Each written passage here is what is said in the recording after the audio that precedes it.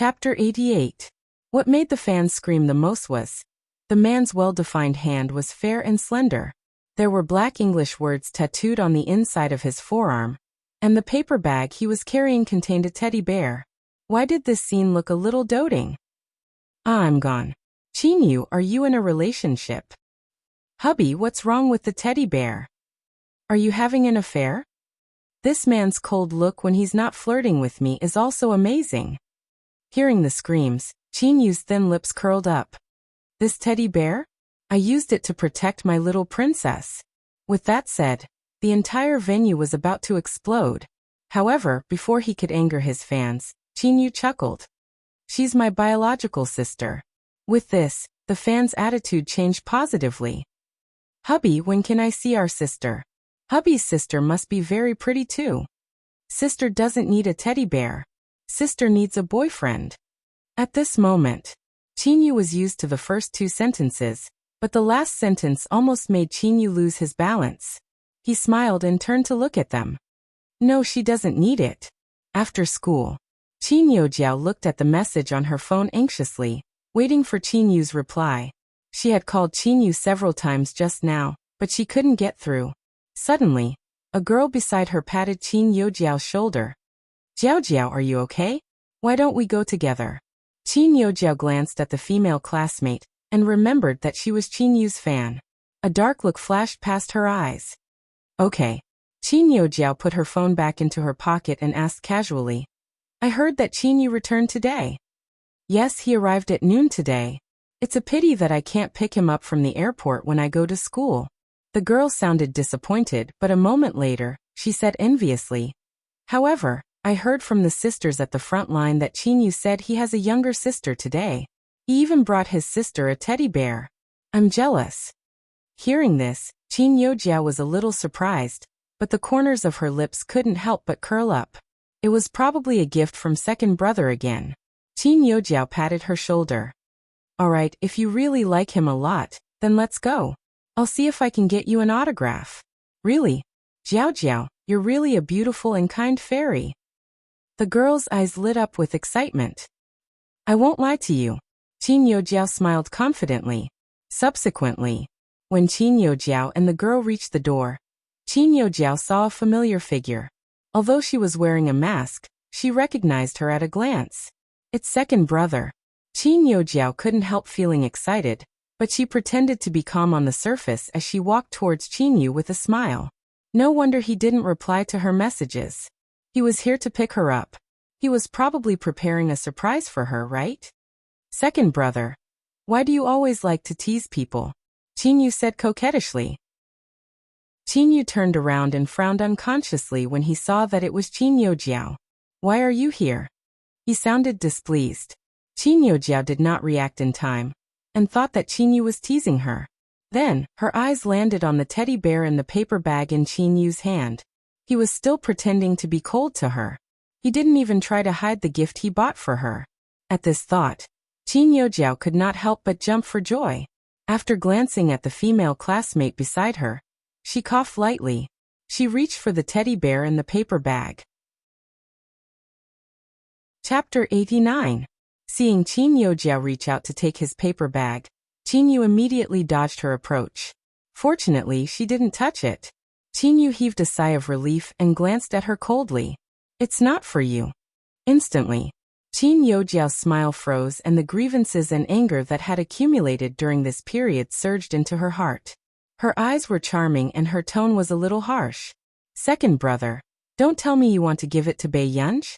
If that's the case, don't expect me to forgive you for the rest of your life.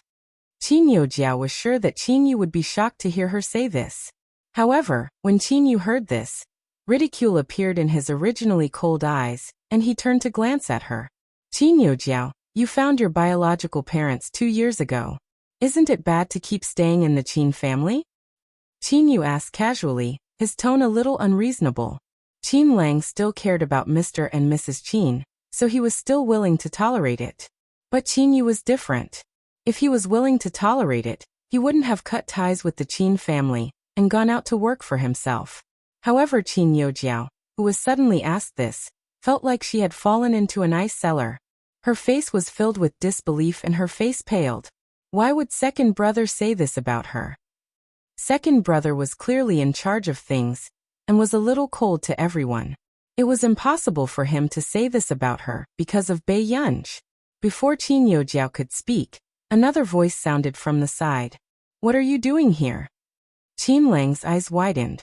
He didn't expect this Qin Yu to come to Hengda High School the moment he returned. What a wild ambition.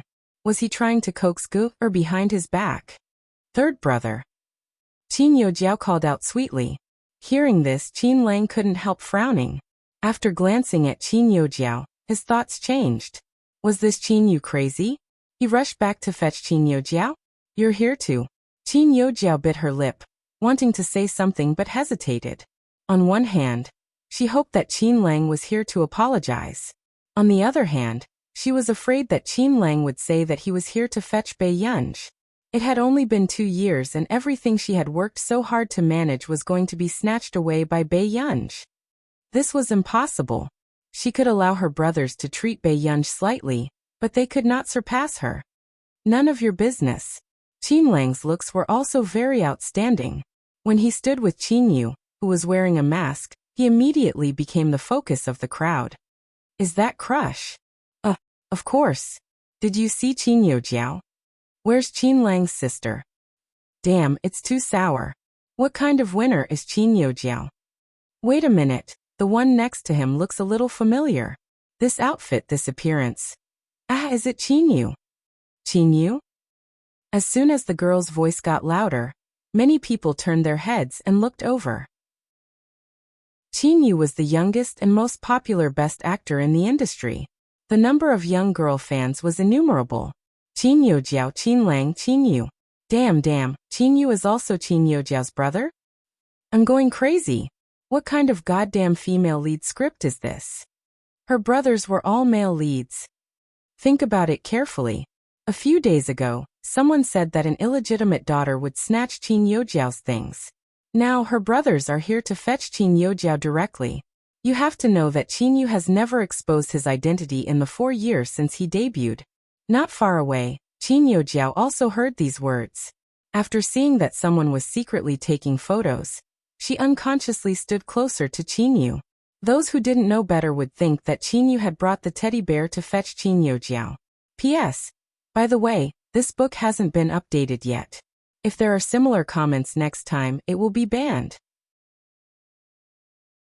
Chapter 90. Qin Lang did not notice it, but Qin Yu, who was beside him, furrowed his eyebrows. He could feel the camera approaching Qin Yojiao. He smirked and pulled up his black mask. With a stride, he stood beside Qin Lang. He used Qin Lang to isolate Qin Yojiao. Soon, sensing something, Qin Lang looked at Qin Yu. Look, was this something a human would do? However, in the next second, after Qin Lang regained his senses, he hurriedly avoided Qin Yojiao. After this scene was captured on camera, it looked very strange. Qin Yojiao stood by the side, but the two handsome brothers were standing next to each other. They looked like plastic siblings. Feeling that Qin Lang and Qin Yu did not want to get close to her, Qin Yojiao's expression darkened. The corners of her lips curled up stiffly, wanting to approach Qin Yu and Qin Lang. Second brother, third brother, you've suddenly. Qin Yu took off his mask, his dark eyes shining as he walked towards the school gate, as if Qin Yojiao did not exist. This scene made Qin Yojiao lose her composure, and her expression was as dark as the bottom of a pot. Especially when she turned around and saw Bei Yunj walking out of the door. Why did Bei Yunj come out? Qin Yojiao suddenly had a bad feeling and interrupted herself. No, it's impossible. Second brother isn't here to fetch Bei Yunj. However, with that said, Qin Yu, who was not far away, had already walked in front of Bei Yunj and gave Bei Yunj an affectionate hug. Gur, second brother missed you so much. With that said, Qin Yu could not help but pull down his black mask. His slender and tall body bent down and rubbed against her shoulder lightly. Everyone was stunned by this scene. After a few seconds of silence. It's really Qin Yu. Qin Yu is here to fetch Bei Yunj. Oh my god. I thought Qin Yu was here to fetch Qin Yojiao. After all, wasn't this the publicly acknowledged little princess of the Qin family? Hey, did you notice that Qin Yu and Qin Lang didn't talk much to Qin Yojiao just now? Qin Yojiao doesn't seem to be as doted on as the rumors say. Qin Yu's passionate hug just now was really shocking and enviable. After all, Qin Yu had never been involved in scandals in the industry. It could be said that this was the first time they had seen Qin Yu get close to the opposite sex. Then someone retorted, "There's no need to be jealous of the young miss, right? No matter what, Qin Yojiao had been in the Qin family for almost 20 years. When did Bei Yunji come back? How can she be compared to Yojiao?" Hearing this, many people thought about it and felt that it was true. Qin Yojiao was a fair, rich, and beautiful girl with excellent character and academics. No matter how one looked at it, she was more likable than Bei Yunji. At this moment, Bei Yunji froze when she was suddenly hugged by someone. "Can you let go now?" Bei Yunji raised her eyebrows slightly and said indifferently. Hearing this, Qin Yu immediately let go of Bei Yunji and hid the paper bag behind him. "Guer, guess what second brother bought for you?" Bei Yunji's eyebrows moved. She glanced at Qin Yu, whose eyes were shining, and could not help but smile. Diamonds. Qin Yojiao had a hobby of collecting diamonds, so Qin Yu would often buy these for Qin Yojiao as gifts. However, he had never lacked the original protagonist. However, a straight man like Qin Yu did not seem like he would pay attention to what a girl liked. He had always thought that all girls liked the same things. No. Bei Yunji stared at him and said nothing. Seeing this, Qin Yu immediately cowered. Chapter 91.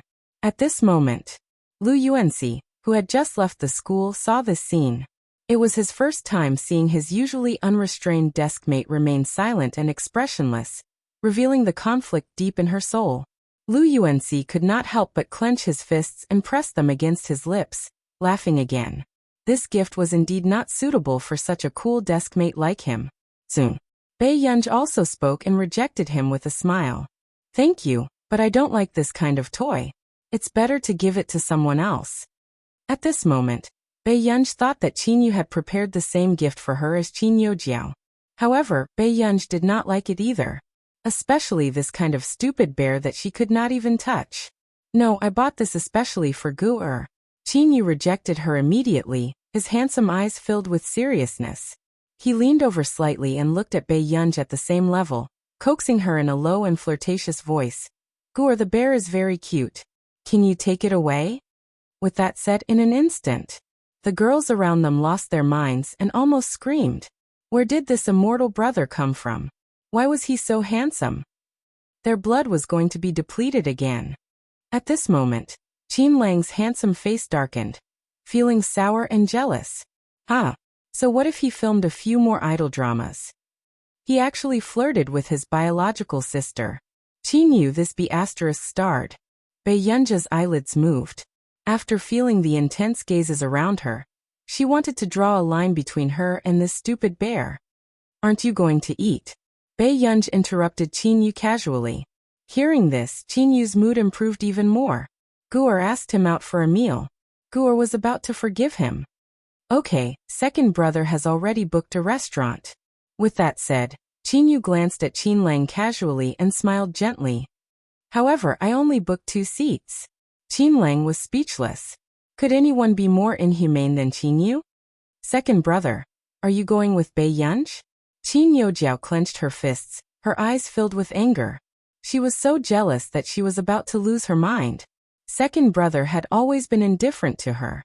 Back then, when she wanted second brother to bring her to meet his friends, second brother would always change the topic and never agreed. But now second brother had come to fetch Bei Yunji personally. He even bought a gift for Bei Yunji and coaxed Bei Yunji like this. Even if it was in the past, she had never received such treatment. Isn't it normal? I only have my biological sisters a little bit. Unexpectedly, Qin Yu lifted his eyelids and said leisurely. And these words, Qin Yojiao's Qin, the surrounding people were even more stunned when they heard this. They were completely confused. What does Qin Yu mean? What do you mean you only biological sister? Are you talking about Bei Yunji? I think so. Did I hear wrongly? Qin is a Qin Yojiao didn't enter the Qin family halfway. She grew up in the Qin family and is a real young lady. Qin Youjiao had been the center of attention since she was young, so she naturally had a group of supporters. The discussion of the crowd was very soft, but Qin Lang, who was the closest, heard it. Qin Lang furrowed his eyebrows, his eyes cold. He was about to speak when he heard Qin Yu ask, "What's wrong with your arm?" Qin Lang turned back instinctively and saw that Bei Yunj was also looking at his forearm. He immediately became nervous. However, a few seconds later, Bei Yunj looked away calmly, making Qin Lang's heart feel empty. Chapter 92. Hearing this, Qin Yu furrowed his eyebrows unconsciously. Bei Yunj also glanced at Qin Lang. The scratch marks on his arm were not light at all. They looked a little tragic, and there were even some purplish marks. Suddenly, Qin Yu thought of Qin Lang asking Qin Youjiao to move out. He must have angered Mrs. Qin. His voice was slightly cold. "Did Mom do it? Aren't you going to eat? I still have something on, so I'll go back first." Qin Lang interrupted him and was about to leave when he stopped. He glanced at Bei Yunj and said softly, "Your third brother is investigating what happened online. And about your identity. Third brother will clarify it for you in a few days." Actually, the moment that incident came out, Qin Yu and Qin Lang wanted to clarify it. In the end, they were banned for 3 days. They couldn't even click on it. That was why Qin Yu and Qin Lang rushed over, afraid that Bei Yunj would be sad and hate them even more. "No need," Bei Yunj said calmly. If it wasn't for the fact that she still cared about the original protagonist's grandfather, she wouldn't have anything to do with the Qin family. Qin Lang's eyes darkened, and he said nothing. "Let's treat the injury on your arm." Bei Yunj's tone was emotionless. However, with just a casual greeting, Qin Lang's dimmed eyes lit up again. "Okay. But don't worry. I'm fine." Beside her, Qin Yu glanced at the smiling Qin Lang with some disdain. However, at the thought of Mrs. Qin actually hitting Qin Lang for Qin Youjiao, Qin Yu's gaze turned cold. Soon his emotions dissipated. "Gur, let's go. Second brother will take you to eat." At this moment, when everyone saw this scene, they almost thought that they had seen fake news back then. Didn't they say that Qin Youjiao was especially favored in the Qin family? Why did the two brothers feel like they were fighting for favor in front of Bei Yunj when they ignored Qin Youjiao? "Second brother, then you can go eat first this time. I'm not feeling well, so you don't have to take care of me." Qin Youjiao deliberately raised her voice so that everyone could hear her clearly. But in the next moment, Qin Yu glanced at her calmly and snorted, "I didn't plan to care about you either." Hearing this, Qin Youjiao's body froze. Her widened eyes slowly moistened as she stared at Qin Yu in disbelief. At first, she thought that third brother had already gone overboard. Who would have thought that her second brother would make her even more bitterly disappointed? "Let's go and eat." Bei Yunj was not in the mood to be a monkey in front of others. When Qin Yu looked at Bei Yunj, the coldness in his eyes disappeared and he said with a smile, "I'll listen to Gu, Qin Youjiao stared at Qin Yu and Bei Yunj's backs in disbelief. Her shoulders trembled slightly as a sense of humiliation grew stronger. How could this be? Her brothers had clearly been indifferent to Bei Yunj before, but now her second and third brothers were clearly in love with Bei Yunj. Yujiao, Lu Yuanxi, who was behind her, thought that Qin Youjiao was crying and came up to look at her. "Oh, it's student Lu." Qin Youjiao's eyes were slightly red as she said, "Thank you for today. I didn't think that I would faint. Did something happen to you? I've never seen you like this before." Qin Youjiao bit her lip, unwillingness hidden in her eyes. "Is it that no matter how outstanding I become, I can't be compared to Bei Yunj?" At first, Qin Youjiao hoped that Lu Yuanxi could comfort her. However, Lu Yuanxi thought for a while. "She's different. P.S. It's a little laggy. There's still one more chapter to go. There are at least 5 chapters today. Good girls, remember to vote." Chapter 93. Hearing this, Qin Youjiao's expression froze. "What's different?" Lu Yuanxi chuckled and glanced at Bei Yunj's departing figure. "Don't you think that she's very attractive even when she's angry?" Instantly, Qin Youjiao's expression darkened even more. She knew that Lu Yuanxi had a good impression of strong and independent girls, but she didn't expect his evaluation of Bai Yunj to break his inherent principles. In the past, Lu Yuanxi hated girls who caused trouble the most. Bai Yunj sat in the front passenger seat, playing with her phone with her head lowered. Soon, Tinyu's phone rang. He glanced at the caller ID on the screen, and suddenly became interested. This was the first time this master had taken the initiative to call him. How rare. Tinyu put on his Bluetooth and answered the call very quickly. He asked lazily, "What happened? I didn't expect you to call me one day." The man's tone was indifferent and he said carelessly, "Yin Nua came to the company to look for you." Tinyu's smile froze. Wasn't this woman too persistent? But then he said slowly, "She knows which restaurant you're going to. If you're afraid of something happening, you can go to the restaurant under the Hua Corporation." Hearing this, Tinyu was immediately filled with gratitude towards Hua Shidu. He didn't expect Master Du to still care about him. Tinyu smiled politely. "In that case, I'll thank you first. Are you free today? My sister and I are going to eat together. If you're free." "Sure." The man's light voice sounded neither too fast nor too slow. Tinyu froze. Question mark. Master Du couldn't tell that he was being polite to him? It was his first time going out for a meal with Gu. Did he look like he wanted someone to disturb them? Tinyu took a deep breath and smiled insincerely. "Is that so? All right, we haven't eaten together for a long time." After hanging up the call, Tinyu tried his best to calm down. Master Du wouldn't do such an embarrassing thing on purpose. He probably thought that he was inviting him warmly. "Gu, do you mind if there's another person eating with us?" Tinyu turned his head and asked carefully. He did not expect Huashidu to agree so readily. In the past, no matter how he asked Huashidu to go out with him, Huashidu had ignored him. "Anything is fine," Bai Yunj said. Hearing this, Tinyu heaved a sigh of relief. However, Tinyu suddenly remembered something. Wasn't Gu staying with Master Du? These two must know each other. Tinyu thought for a moment and asked implicitly, "Gu, are you used to living here now?" "Not bad," Bai Yunj responded. That's good, that's good." Tinyu coughed softly. He did not know if Huashidu had told Gu, or that he was the one who asked him to take care of Gu, or if Gu, or thought that the two of them had colluded to deceive her. Then it would really be over. At this thought, Tinyu became even more nervous. He didn't know how to mention this to Bai Yunj. Until they got out of the car, Tinyu brought Bai Yunj into a restaurant and was welcomed into a private room. After the waiter pushed open the door of the private room, he found that a handsome and dignified man was already sitting inside. Tinyu was perplexed. Wasn't this too fast? He thought that Master Du would be late. Then Bai Yunj's sudden words made Tinyu stiffen even more. "Brother?" Tinyu looked at Bai Yunj. Who was Gur calling?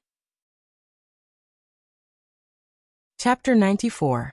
Then, to Tinyu's disbelief, after the man beside him casually unbuttoned 2 buttons on his collar, he replied calmly and casually, "Mm." Tinyu was speechless.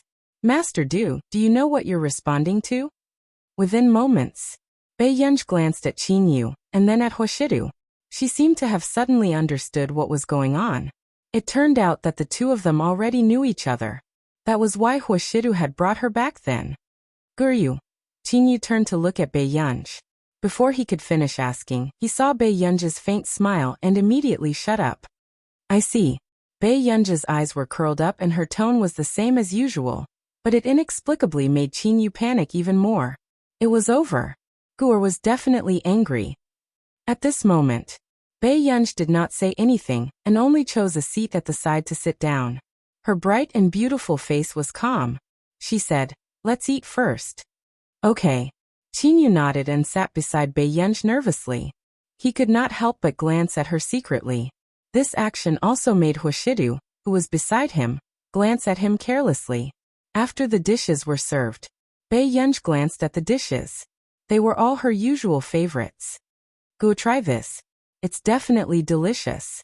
Tinyu kept putting food into Bai Yunj's bowl. "And this too." Within a few minutes, Bai Yunj's bowl was filled. The corners of her lips twitched, and she was about to say something when she heard the man beside her say lazily, "Chinyu, do you want to consider working part-time in my restaurant?" With that said, not long after, Chinyu regained his senses. This meant that he looked like a waiter in a restaurant. Chinyu was speechless. "I'm going to the washroom."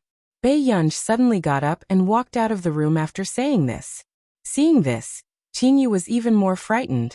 He was worried and looked at Hoshidu. "Gur is angry. Master Du, what should we do? What should we do? You want to know?" Hoshidu loosened the collar of his shirt, and his cold white neckline touched his firm and sexy chest. His posture was lazy and light. He lifted his thin eyelids, and the corners of his upturned eyes were seductive. "Let's leave early after this meal." Why did he have the guts to say that his sister had become his? Chinyu couldn't help asking. "What about you?" The corners of Hoshida's thin red lips curled up. His low and magnetic voice made people blush and their hearts race. He was frivolous and ostentatious. "Me? Let's discuss it with the little girl and see if it's okay." "Listen to Yan." Chinyu was stunned for a moment before he felt touched again. This was a true brother. He really did not expect that Master Du would actually lower himself to coax a little girl for the sake of his brother. She had misunderstood him in the past. Chinyu felt guilty for a while before he reminded her. "Okay. Master Du, if you really can't come to an agreement, don't be angry. It's normal for girls to have a bit of temper." He was also a little afraid. With Hoshida's temper, if he was provoked by Gur, it would be like provoking the king of hell. "Why don't you leave now?" Hoshidu asked slowly. "Chinyu." After Bei Yunj returned, Hoshidu was the only one left in the room. She raised an eyebrow and walked to the dining table asking, "Where is he?" Hoshidu's slender fingers were stained with red oil as he slowly peeled the prawn shell. It looked pleasing to the eye. Chapter 95. Bei Yunj glanced at him and did not move. Who knew in the next moment, the man's unwavering gaze landed on her. His eyes were so dark that they could not be seen clearly. Suddenly he chuckled softly. His lazy voice was low and magnetic, blatantly seductive. "Brother's hands are covered in oil. Do you still need brother to carry you?" Bei Yunj. Not long after, Bei Yunj sat beside Hoshidu. She held her chopsticks and ate her rice without saying a word. Hoshida glanced at her. "Yinyan," she said, "don't talk when you eat." Not long after, Bei Yunj heard the man chuckle happily again. He said without blushing, "If Yunyan eats more, brother will have to charge you." Bei Yunj looked at Hoshidu and suddenly laughed. Her tone was ambiguous. "Brother charges a lot, right?" However, the man curled his thin lips slowly and reached out his hand frivolously. His cold fingers were stained with red oil as he deliberately rubbed them against her lips. His lazy and sexy appearance was ostentatious and ambiguous. "This is the first time brother charges. Do you want to try?" Bei Yunj. She should not have said so much to him.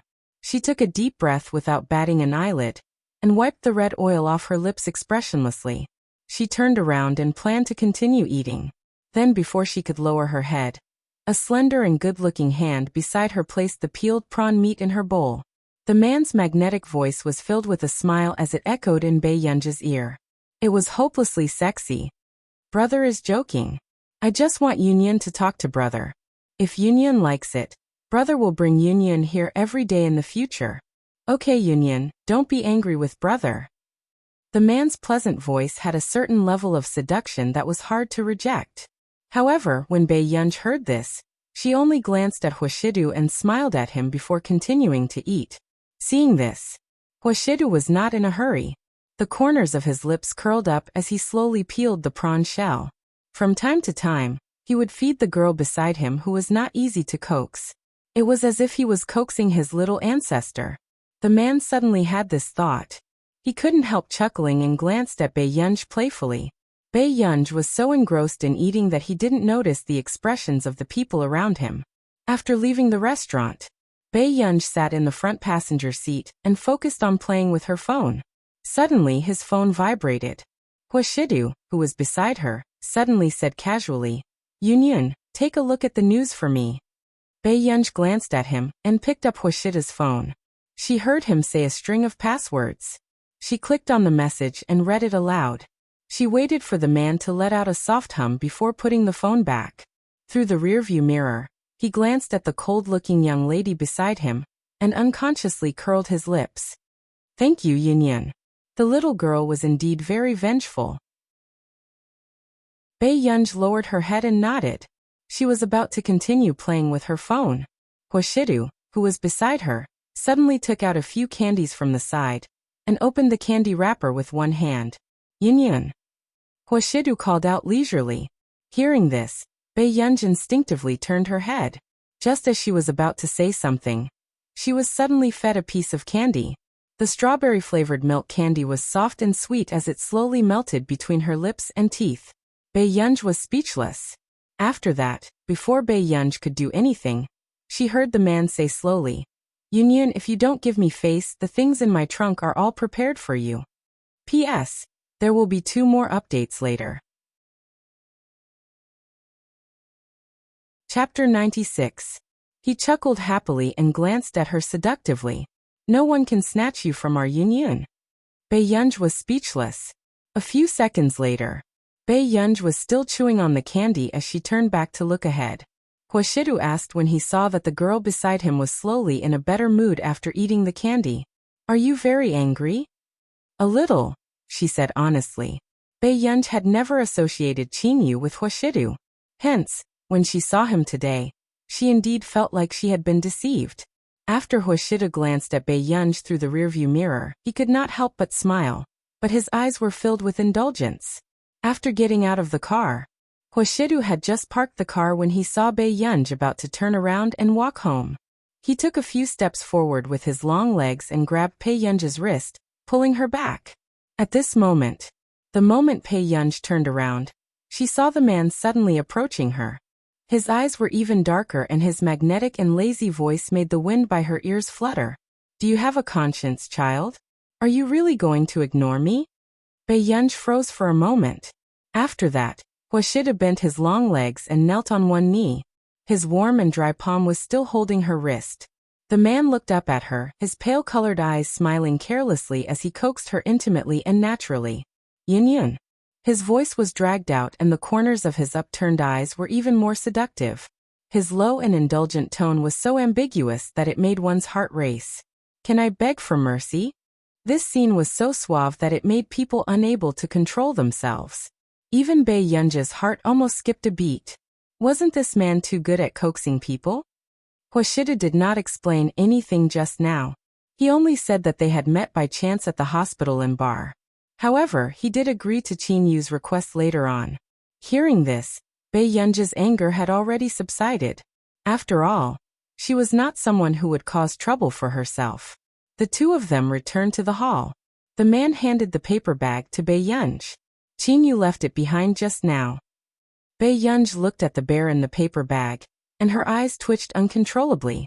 Seeing that she did not take it, Huashidu chuckled. Do you dislike it that much? Not really. Bei Yunj mentally prepared herself and took the paper bag and the teddy bear in it. It's just not very suitable. Hearing this, the man chuckled and looked at her with interest. Qingyu knows that you have insomnia. He said you like to hug this to sleep. Bei Yunj. Nonsense. However, when Huashidu saw this, he playfully scratched Bei Yunj's chin and smiled happily and frivolously.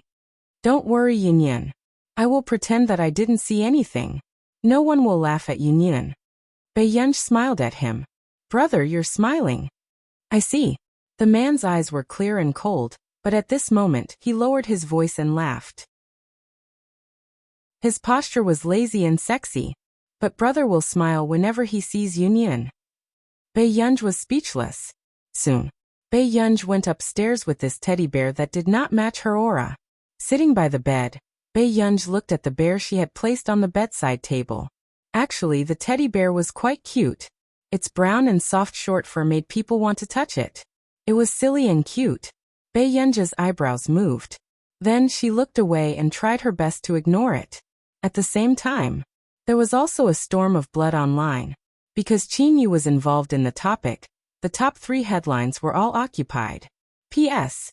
I owe you an update and will publish it at noon at the latest. Old Sue was even more unhappy. For example, this chapter took more than 2 hours to write. However, he would return what he owed and would not go back on his word. Chapter 97. Hashtag Chinyu, second young master of the Chin family. Hashtag Chinyu picking someone up. Hashtag Chinyu hugging. Hashtag. The first 3 terms all avoided Bei Yunji's name, as if they were afraid of repeating the same mistake. It was enough to see how hard everyone was working online. However, because the development of reality was too far from their imagination, there was a lot of discussion. Did I just get online? Chinyu is the second young master of the Chin family? Sob, he's indeed a man who doesn't work hard and wants to go home to inherit the family assets. Didn't they say that the Chin brothers are all around Chinyojiao? I don't think this photo looks like it. I don't know anything else. It said that the bear in Brother Yu's hand was given to Miss Pei, and was cruelly rejected. Miss Pei is such a ruthless woman, ha ha ha. Ha ha ha ha ha, I know how to answer this question. Brother Yu even said that the bear wants to protect his little princess. This is my first time seeing this D*MN man flirt. How strange. Am I the only one who paid attention to Miss Pei's face? F***CK, she can debut with her face. Sister, I can. Let's be honest. Some time ago, Miss Pei was exposed by a certain fan, and was crazily comparing her to a certain princess. It's obvious that it's malicious. TSK, what a good dog of the main character. The topic of the Chin siblings was very popular. What made people want to laugh even more was that everyone online was afraid of them, and didn't even dare to mention the words Bei Yunji. However, there were also some fans who were still angry and started to mock and ridicule them. Jiao Jiao is practicing the piano, and Mrs. Chin is accompanying her. Don't cue little Princess Chin. Everyone should pay more attention to the work and my Jiao Jiao's tour. Some people are really funny. When our Jiao Jiao fans speak, they are malicious. If we don't speak, we can't win. In the comments section, let go of my Jiao Jiao. My Jiao Jiao doesn't fight for anything and relies on her abilities to attract fans. Don't spread rumors about the relationship between siblings. Who doesn't love little fairy Jiao Jiao? How doted can a newcomer be? Besides, if it was me, I would prefer a talented sister like Qin Yujiao. In less than half an hour, Qin Yujiao's fans and passers-by started to control the comments. They even tried to pull Qin Yu's fans into a united front. However, Qin Yu's fans were smart. After all, they were both Qin Yu's sisters. There was no need for them to get involved in this mess. So gradually, because Bei Yunji didn't have a fan base on the internet, Qin Yujiao's fans soon filled the internet with comments and mocked Bei Yunji. However, in the end, to everyone's disbelief, in less than an hour, all the posts about Bei Yunji were deleted. Everyone was shocked. Is Bei Yunji the daughter of this social media app? In the past, which artist or amateur had the system help to delete the post after it was put on the headlines? A few days ago, the social media app publicly apologized, saying that there was a problem with the system. What about this time? Every time there's a problem, it's to help Bei Yunji delete the posts. Did he think they had cerebral palsy? Many people felt indignant and directly at the software administrator, hoping for an explanation. But in the end, no matter how many messages they left, those administrators seemed to be selectively blind. None of them replied. The internet was in full swing and Bei Yunji tossed and turned, unable to fall asleep. In the end, Bei Yunji couldn't help but lift the quilt. She went out to get a glass of warm water and returned to the room. A few minutes later, Bei Yunji and the teddy bear on the bedside table looked at each other. Chapter 98. Because Huashidu had not entered this bedroom for a long time, his scent in the room was much fainter. Bei Yunji also gradually felt that the quality of her sleep was decreasing. In fact, in the middle of the night, she even believed Qin Yu's words. The little bear helped her sleep. Bei Yunji looked at the little bear on the bedside table, and her mind gradually emptied. Should she take it? This stupid bear seemed to be quite cute. However, moments later, Bei Yunji suddenly realized that she was having some delirious thoughts. I'm going crazy. There was some impatience in her bright eyes as she placed the glass of water in her hand on the table. Taking a few steps forward, Bae-yunj lifted the blanket and fell asleep on the bed.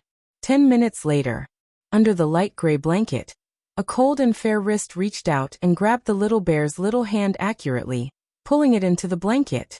The next day, Bae-yunj was in good spirits. After washing up, she was ready to go downstairs. However, she did not expect Stephen to call her at this moment. After Bae-yunj answered the call, she asked, "Mr. Stephen, what's wrong? Did something happen?" "Miss Pei, it's like this. I might not be able to leave our nation for the next few days. Your grandfather's surgery might have to be delayed for a while." After Stephen finished speaking, the person on the other end of the line did not speak. He immediately panicked. "Miss Pei, I'm really sorry. Something happened in our medical institute, so we were forcefully banned from leaving." "What's wrong?" Bae-yunj asked. Stephen took a deep breath and said, "Unreasonable patients are the most troublesome to doctors no matter where they are." Bae-yunj roughly heard the reason from Stephen. Actually, it was just a patient with status. He was weak to begin with and did not listen to the doctor's strict preoperative rules. As a result, the surgery failed in the end. In a fit of anger, the family deliberately blew up the matter. It attracted public opinion from all walks of life, causing their medical institute to be suspended.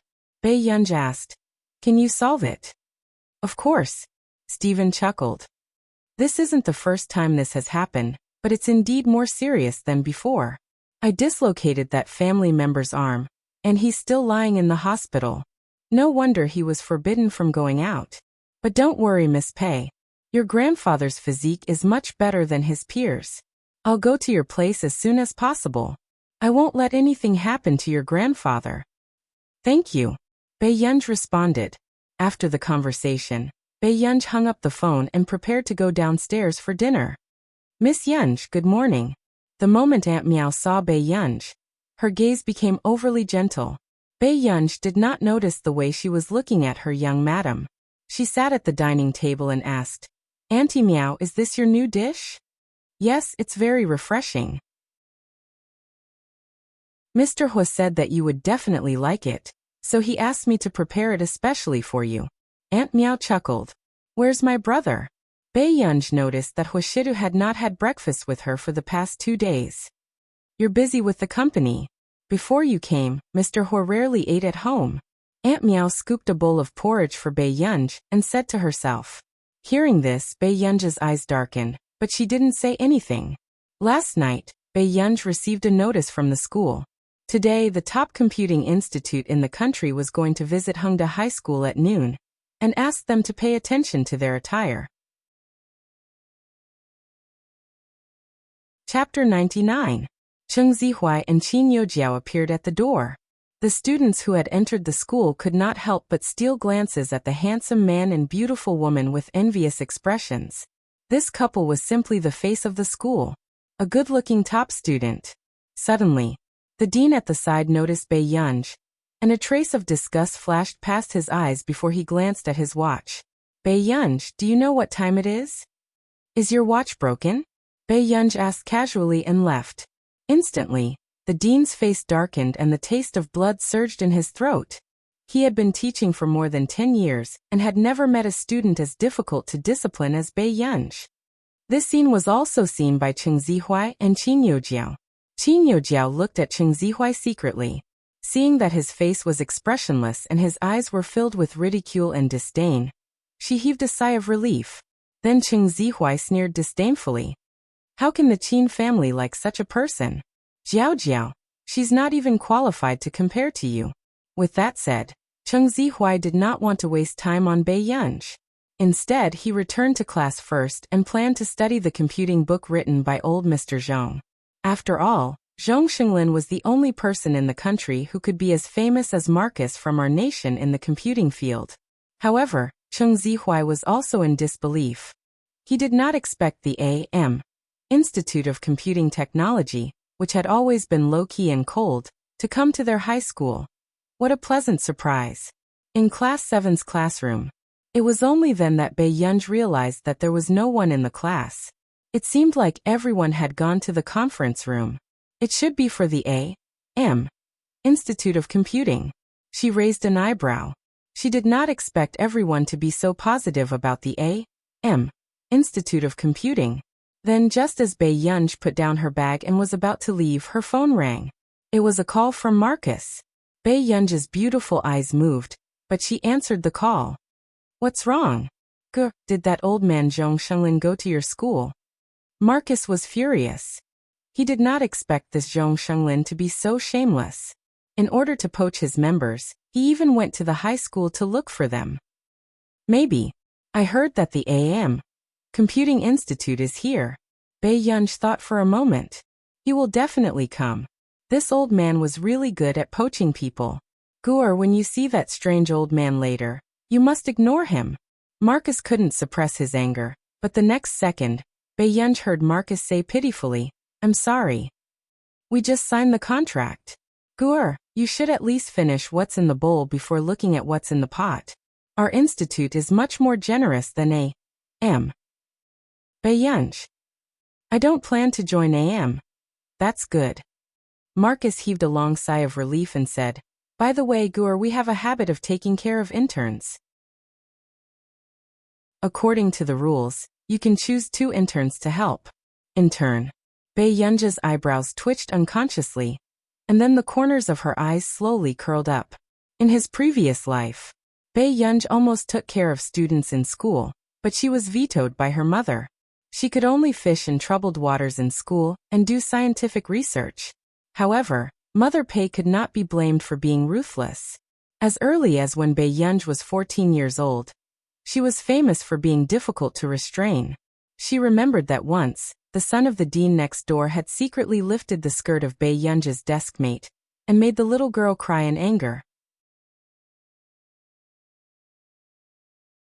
Chapter 100. After finding out about this, Mrs. Pei brought Bei Yunj to apologize to the director. After all, it was wrong to hang someone on a tree. However, when the director found out that Bei Yunj was the one who had punished his son, he immediately went home with a black face and punished his son. If that girl, Bei Yunj, injured her head, this brat could go and meet his ancestors too.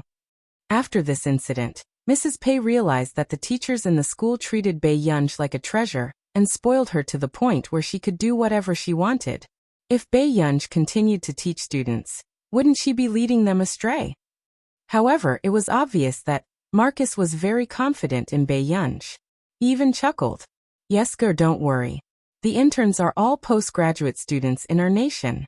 They won't cause you any trouble. However, can I ask you for a favor? What is it? Bei Yunj raised her eyebrows. I have a little niece who is also in Yuncheng. She is a computer science student at Yuncheng University. Can you help me teach her when you have time? Marcus was a little nervous. After all, Bei Yunj had rejected the young master of the Cheng family in Yuncheng without even looking at him. You want me to teach your little niece? Bei Yunj raised her eyebrows. This little brat is usually very fierce. She always throws tantrums at me and refuses to learn from me. Upon hearing this, Bei Yunj smiled faintly. Marcus, do you think I have a good temper? It was indeed too dangerous to put 2 barrels of gunpowder together. Suddenly, Marcus thought of a compromise. His eyes lit up. If she is willing to learn from you, can you teach her? Okay, Bei Yunj said casually. She had troubled Marcus so much. It was okay for her to teach a student for Marcus. Marcus heaved a sigh of relief when he heard this. After hanging up the phone, Bei Yunj had just left the classroom when she stopped in her tracks. She lowered her head and saw a spot of blood on the ground. Her gaze turned gloomy and she slowed down her footsteps again. When she reached the corridor by the stairs, Bei Yunj heard some movement. Her eyes flashed and she walked closer to the source of the sound. At the end of the long corridor. Fatty, you're still smoking? I didn't expect that. The boy's ear-piercing voice. He was up to no good. Bei Yunj looked up and saw a familiar figure. Chu Zhixing's face was bruised and swollen. He protected the things in his pocket and gasped for air. He was drenched in cold sweat. What are you protecting? Take it out. The boy stepped forward, grabbed Chu Zhixing's hair, and slammed him against the wall. He then went to snatch the things in his pocket. But he realized it was just a hair tie. However, those who knew about luxury goods would realize that the price of this rubber band was 3,000 to 4,000 yuan on the official website. Damn, fatty, you can't be thinking of giving it to some girl, right? With your looks, which girl would accept your rubber band? The boy mocked him. These words made Chu Zhixing purse his lips. His voice was a little hoarse. It's none of your business. Oh, you're tough now? Chu Zhixing, have you forgotten how you spent your junior high school days? The boy approached Chu Zhixing and laughed cruelly and deliberately in his ear. You're the dog I can hit if I want to. Even if you get into Hongda, I can still deal with you. These words made Chu Zhixing's eyes turn red. He recalled how this boy tortured him in junior high school. Chapter 101. Seeing Chu Zhixing's humiliated look, the boy casually threw the rubber band away. Uji. Chu Zhixing seemed to have reached the point of anger. He looked at him fiercely and his entire body was trembling. It's useless to you even if you keep it. Also, I'll ask you again, do you have money? Huji grabbed Chu Zhixing's collar and smiled brightly, but he was doing cruel things. Suddenly, a clear voice sounded from the side. The rubber band looks pretty good. Bei Yunj held the rubber band and looked at it. When Huji heard the voice, he subconsciously turned his head. When he saw Bei Yunj's face clearly, his eyes were filled with infatuation. But soon, a smile appeared on his face and he pretended to be generous. You like it? Then I'll give it to you. Bei Yunj walked to Chu Zhixing's side and teased him with a smile. Little Chu, are you giving it to me? Yes. Chu Zhixing subconsciously said in a low voice. Thank you. Bei Yunj put the rubber band on her slender white wrist and lazily curved her beautiful eyes. She had no idea how expensive this rubber band was. At this moment, the scene of Bei Yunj talking to Chu Zhixing as if she didn't see it made Huji's face darken, as if he had been humiliated. Such a beautiful girl. So you know her, Chu Zhixing. Huji sneered and turned to look at Chu Zhixing. Why don't you introduce her to me? As soon as he finished speaking, Chu Zhixing suddenly raised his head and stared at Huji. His heart was filled with anger. In fact, before junior high school, Chu Zhixing wasn't so fat and was still very popular with girls. But it wasn't until he was diagnosed with an illness and began to be injected with medicine that he began to gain weight. Then, after entering junior high school, he became isolated. Because he was antisocial and too fat. And this boy was the one who took the lead to tease him. However, because Huji's grades weren't good and his family's conditions weren't good, he dropped out of school very early. Suddenly, Bei Yunj's red lips curled up. Chu Zhixing, can you protect me? Hearing this, Chu Zhixing's body froze. But before she could think, she saw Huji reach out to touch Bei Yunj's face. Bei Yunj's posture was relaxed. She didn't move, but her beautiful eyes were slightly raised. His hand was about to touch Bei Yunj's face. In an instant, Chu Zhixing's mind exploded. He pounced forward and fiercely punched Huji, causing him to groan in pain. Chu Zhixing, are you F***king looking for death? This was the first time Huji had been hit by Chu Zhixing. His eyes were filled with disbelief and anger. But in the next moment, Chu Zhixing grabbed him by the collar. His deep eyes were filled with hostility as he punched him with all his might. Huji didn't have the strength to resist at all.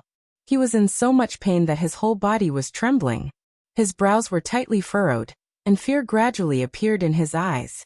Was this Chu Zhixing crazy? After reacting, Huji was afraid. Chu Zhixing, I was wrong. I won't bother you anymore. Can you let me go? Chu Zhixing's movements suddenly stopped. But in the next moment, his cold voice sounded in Huji's ears, making his scalp tingle. Whoever touches her will die. After saying that, Chu Zhixing held his neck and pressed him against the wall.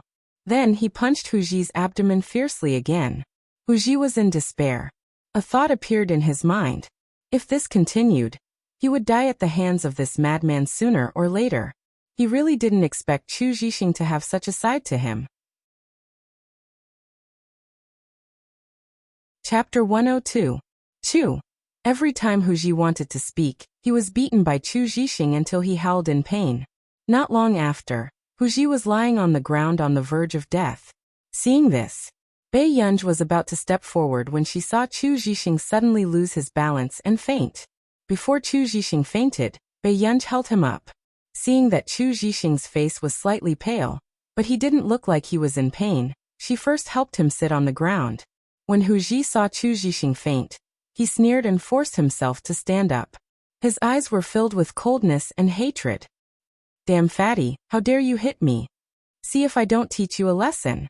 Suddenly, before Hu Ji could finish speaking, he saw the girl, who was not aggressive at all just now, turn her eyes to him. In the depths of her beautiful eyes, there was a coldness that made one's back turn cold. Bei Yunj stood up and walked towards him. She directly grabbed Hu Ji's hair and dragged him inside. Her smile was too beautiful, and the danger in her eyes grew. "Was this how you dragged him just now?" Hu Ji was in so much pain that his scalp was about to be torn off. He suddenly realized that this girl was the devil. Bei Yunj threw him to the ground and stepped on his chest. The strength of her foot gradually increased. It made Hu Ji feel that his ribs were about to be broken by her. It was so painful that he couldn't think. The veins on his forehead bulged, and his body broke out in cold sweat. At this moment, Bei Yunj bent down and patted his face. "Are you that powerful, classmate?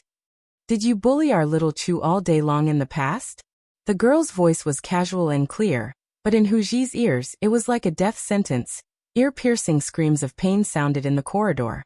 When Bei Yunj was about to stop, the dean's angry voice sounded from the side. "Bei Yunj, what are you doing?" He quickly walked in front of Bei Yunj, as if he could finally find trouble with Bei Yunj. Hitting someone in school. Let's see how this Bei Yunj can quibble this time. Unexpectedly, Bei Yunj glanced at him and chuckled. Her eyes were bright and unbridled, and her tone was full of mockery. "Fight. What am I doing?" For a moment, the dean's face turned red and he was speechless. He looked at Bei Yunj in disbelief. "Punishment or reflection, teacher?" Bei Yunj asked slowly. The dean laughed coldly. Now that he had gotten hold of Bei Yunj's weakness, he would not let it go. "Punishment or self-criticism? I'm telling you, back off." Halfway through his words, another voice suddenly sounded. "Bei Yunj, come here and help me move the materials." This was the physics teacher, Zhao Yi, who had previously made Bei Yunj copy as a punishment. The dean's face darkened. "Teacher Zhao, this student got into a fight in school, and is lying on the ground." When Teacher Zhao Yi heard this, he walked closer and looked at Hu Ji on the ground. Then he asked Bei Yunj, "Are you that good?" Bei Yunj smiled modestly. "It's all right." When the dean heard this conversation, his face was so dark that it could drip ink. Teacher Zhao Yi. If it weren't for Teacher Zhao Yi's high teaching standards, and was especially liked by the principal, he would have scolded him if he was a new teacher. "Io, what's going on with Chu Zhixing?" Teacher Zhao Yi was still talking, but when he saw that his student, Chu Zhixing, had fainted, he immediately called 120. The dean's face was ugly, and he didn't know what to say for a moment. Chapter 103. Bei Yunj, do you really think that you can be the daughter of a wealthy family in peace just because you've been acknowledged as one?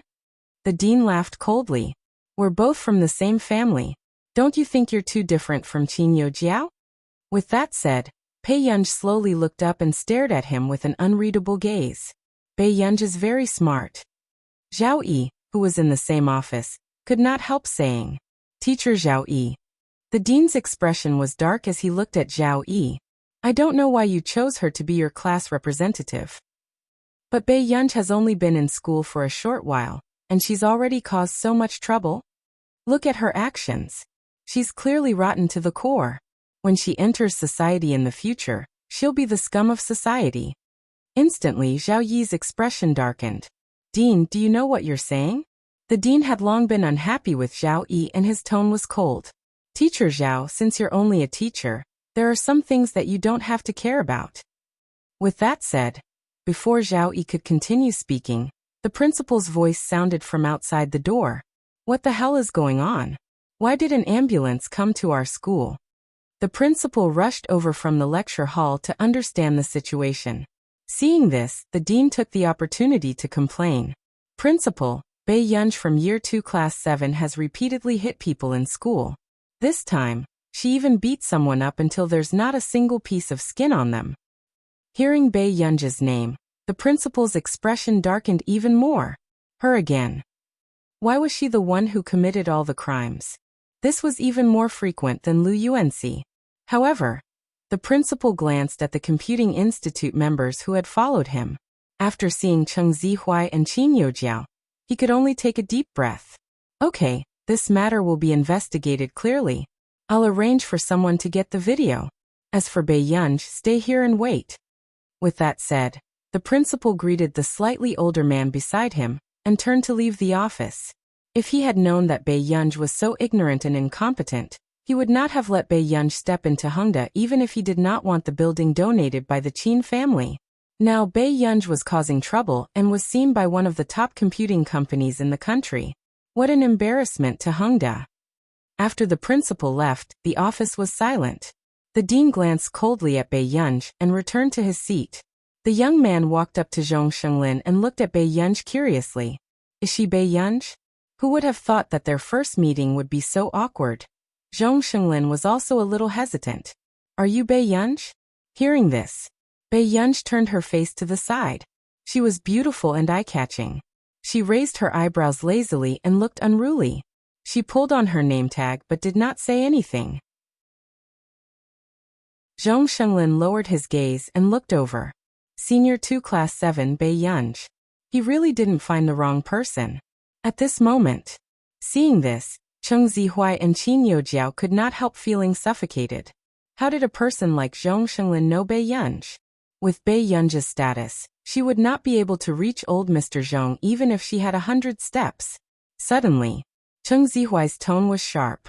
Bei Yunj, don't you like computing too? Have you read Marcus books? Don't tell me you don't know Mr. Zhong Shenglin?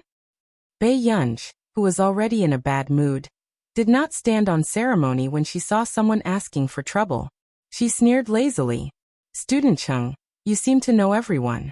Are you a social butterfly? Chapter 104. Instantly, the atmosphere fell into a strange silence. Cheng Zihuai's face turned green and red. He wished he could break Bei Yunj's neck on the spot. The young man coughed lightly. He didn't expect Miss Pei's personality to be so unique. However, this was really similar to the big boss who helped Bei Yunj collapse the headlines. Suddenly, just as Cheng Zihuai's face was gloomy, Zhong Shenglin suddenly smiled and asked, Student Pei likes computers very much? Coincidentally, we are recruiting students for internships during this period of time. Student Pei, are you willing to come? Zhong Shenglin only treated Bei Yunj as an interesting student with a temper. However, when the others heard this, they were in disbelief. A.M. was the top computer technology research institute in the country. The interns they usually recruited were also the top graduate students in the country. However, what could an ignorant and incompetent person like Bei Yunj do if she went in? Mr. Zhang, didn't you say that there was only one spot for a student from Hengda? Are you planning to give it to Bei Yunj? Qin Youjiao's expression didn't look good either. She could only ask tentatively. Cheng Zihuai's face was ashen as he clenched his fists. It's fine. Student Pei and I are fated. Zhong Shenglin smiled. He came today for Bei Yunj. He wanted to know who the person who helped Bei Yunj was. As for this person called Cheng Zihuai, he was indeed alright, but he didn't like him. He'd better wait a few more years. I'm sorry, Mr. Zhong. I might not be free. Bei Yunj smiled. She had a good impression of Zhong Shenglin. Are you very busy with your studies? Yes, my grades are at the bottom. Someone at home insisted that I take remedial classes on the weekends. Bei Yunj curled her lips. Hearing this, the young man beside her couldn't help but look at Bei Yunj in shock. Remedial classes on the weekends and her grades were at the bottom? What kind of standard was this? After coming back to his senses, the young man immediately pulled Zhong Shenglin back. Old master, don't delay the girl's college entrance examination. Although this girl was related to that big shot to a certain extent, but even in their computing institute, no one could bring up such a result. Zhong Shenglin felt an inexplicable sense of regret. He felt an indescribable sense of loss. Then, if student Pei is interested, you can contact me in the future. After that, the elegant and gentle old man took out a brand new business card from his pocket and handed it to Bei Yunj. Seeing this, the head of teaching, who had been watching from the side, widened his eyes. Just now, Mr. Zhong didn't even give his name card to the principal. The person they contacted had always been Mr. Zhong's assistant. But now, old Mr. Zhong had personally handed his business card to Bei Yunj. If it were anyone else, they would be able to brag about it for the rest of their lives. This was Zhong Shenglin, the first winner of the Busaka Computer Award in China. He was also a leading figure in the field of computing, a legend in the hearts of the younger generation of researchers. The expressions of the dean, Cheng Zihuai, and Qin Youjiao beside him were especially ugly.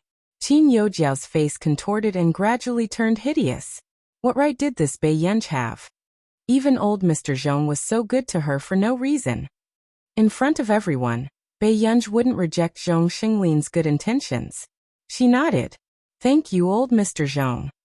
It's all right. You can bring your friends here to play when you're free in the future. Zhong Xinglin smiled, completely like a kind grandfather next door. Chapter 105. Haha. He knew very well whether he hoped that Bei Yunj would bring a friend or a big shot. Seeing that Zhong Shenglin seemed to be very interested in Bei Yunj, and kept looking for topics to chat about, Cheng Zihuai's handsome face darkened. He clenched his fists tightly and his eyes were cold. Bei Yunj was really lucky. It was only the first time they met, but old Master Zhong was actually willing to accept Bei Yunj into the Computing Institute without even considering him. Not long after, the principal returned with an extremely bad expression, but he did not say much. He only told Bei Yunj to pay more attention to her image, and to look for the teacher if she had any problems. It was indeed not appropriate to talk about this in front of Zhong Shenglin and the others. He had checked the video. The boy who was beaten looked unfamiliar, and was not a student of Hengda. When he appeared at the entrance of the corridor, he was grabbing Chu Zhixing's clothes, and Chu Zhixing was injured. After that, the two of them entered the surveillance blind spot. They did not even need to think to know what the boy was doing to Chu Zhixing. However, what was even more surprising was, not long after, Bei Yunj appeared. She also entered the surveillance blind spot, and they did not know what was going on inside. But about 10 minutes later, the boy was grabbed by the hair by Bei Yunj and suddenly appeared in the surveillance area. He was pinned down by Bei Yunj and taught him a lesson. Her methods were so ruthless that even a middle-aged man like him who had seen the world felt his scalp go numb. However, when they heard the principal say that this matter was resolved just like that, many people felt uncomfortable. The dean of teaching widened his eyes. Principal, Bei Yunj is committing campus violence. How can you indulge her? What nonsense are you talking about? The principal was furious and his face was ashen. Young people from outside sneaked in and harassed our students. As the dean of teaching, you don't know anything and you still have the face to mention campus violence? When the dean of teaching heard this, his face suddenly turned pale. He did not expect that the boy who was beaten up was not from their school. However, he had seen Bei Yunj hit him with his own eyes. There could be no mistake. By avoiding the topic, the principal was obviously trying to protect Bei Yunj, a student with a notorious record. The dean's eyes were filled with resentment and unwillingness, but he did not dare to speak his mind. That's enough. Bei Yunj, you can go back. The principal took a deep breath and massaged his glabella. All right. Bei Yunj was too lazy to look at the dean of teaching next to him. He just said goodbye to Zhao Yi and Zhong Shenglin and left the office. I really have to hand it to her.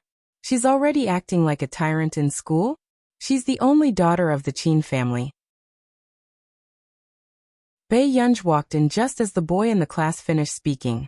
As for the crowd who had echoed the boy's words just now, they instantly fell silent. Suddenly, the boy sneered. What are you afraid of? Are you afraid that someone will bully you because of your master's position? When he saw that Bei Yunj was ignoring him, he deliberately spoke harshly when Bei Yunj walked past him. Oh, she really thinks she's a rich young lady. She can't even get punished for hitting someone. As soon as he finished speaking, at first, everyone thought that Bei Yunj would swallow her anger. But unexpectedly, Bei Yunj stopped in her tracks. She tugged at her tie lazily and chuckled softly.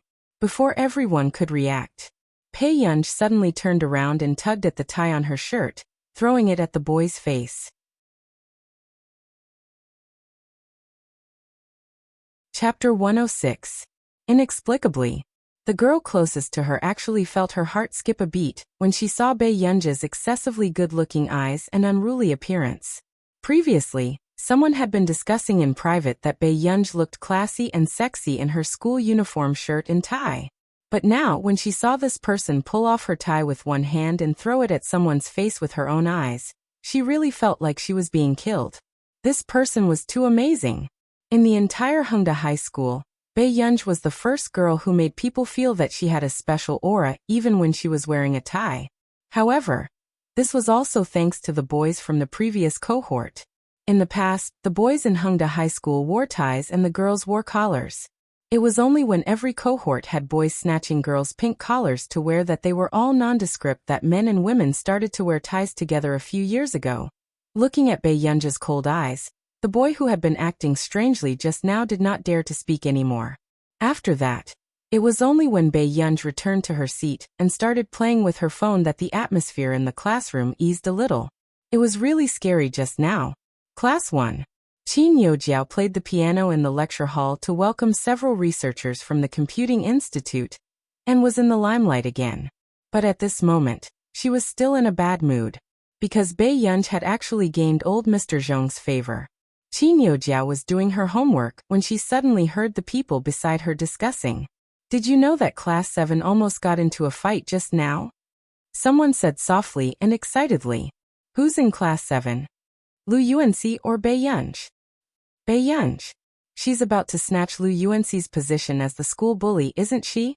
the person who spoke said mockingly. However, hearing this, another girl said seriously and excitedly, "How can you blame Bei Yunj? It's a boy who had a bad mouth and even did it in front of Bei Yunj. You don't know, but I was sitting in my friend's seat and saw this sister pull off her tie with one hand and throw it at that boy's face. She was so good that my legs turned weak and my heart melted. I've decided, even if I fall in love early, I can't be too rigid about my gender." Forget it. If they really don't care about their gender, it won't be your turn. Can you shut up? Qin Yojiao, who had heard the conversation from the side, clenched her fists as her eyes darkened. Even if Bei Yunj was an ignorant and incompetent troublemaker, would there still be people who liked her so much? Suppressing her anger, Qin Yojiao took out her stationery box and opened the small compartment at the bottom. She took out the piece of paper. On it was a string of phone numbers. Taking a deep breath, Qin Yojiao slowly pinched the note in her palm, her eyes filled with coldness and sarcasm. A person who lived in an orphanage and was inferior to her in every way wanted to become the young miss of the Qin family? Wasn't this a joke? In fact, Bei Yunj should not have come back. After all, no matter how hard Bei Yunj tried, there was no way she could beat her, and she would never allow Bei Yunj to make a comeback. The Qin family could only have one eldest miss who was the center of attention. At this thought, Qin Yojiao took the note and the spare SIM card and went to the female washroom. It was the last self-study period. Bei Yunj suddenly received a notification. "Are you the teacher my uncle introduced? My name is Jianxi." Bei Yunj knew at a glance that this was Marcus's little niece. From what Marcus said, wasn't she unwilling to find someone to teach her? Why did she find her so quickly? Chapter 107. Bei Yunj found the name familiar, but she still agreed to add it. A few seconds passed. Jianxi's messages kept popping up. "Did you complete the project that Uncle Stephen likes?" "Teacher, I don't think I've heard of you in the industry." In the dormitory of Yincheng University, a young girl was biting her pen and staring at her phone. She looked beautiful, but she looked a little nervous. Many people would want to be taken in by such a powerful person. The moment her phone rang, she looked down and saw Bei Yunj's reply. Yes. Cold and indifferent. It was indeed the style of a big shot. After Jianxi reacted, she immediately continued typing. "Then, how many students does the teacher have? Can you take me in?" After sending it, Jianxi was very nervous. She wondered if Bei Yunj would despise her for her pretentious words. After all, Bei Yunj had already agreed to take her in because of Uncle Marcus. However, she was afraid of causing trouble for Bei Yunj. Fortunately, Bei Yunj replied to her, "You're the first. There will be 2 more interns after that. If you're willing, you can." After reading the message, Jianxi stood up abruptly and jumped around excitedly in the dormitory. I'm going to lose it." Jianxi's face was red, and she did not look as cold as she did in front of others. She really liked that project.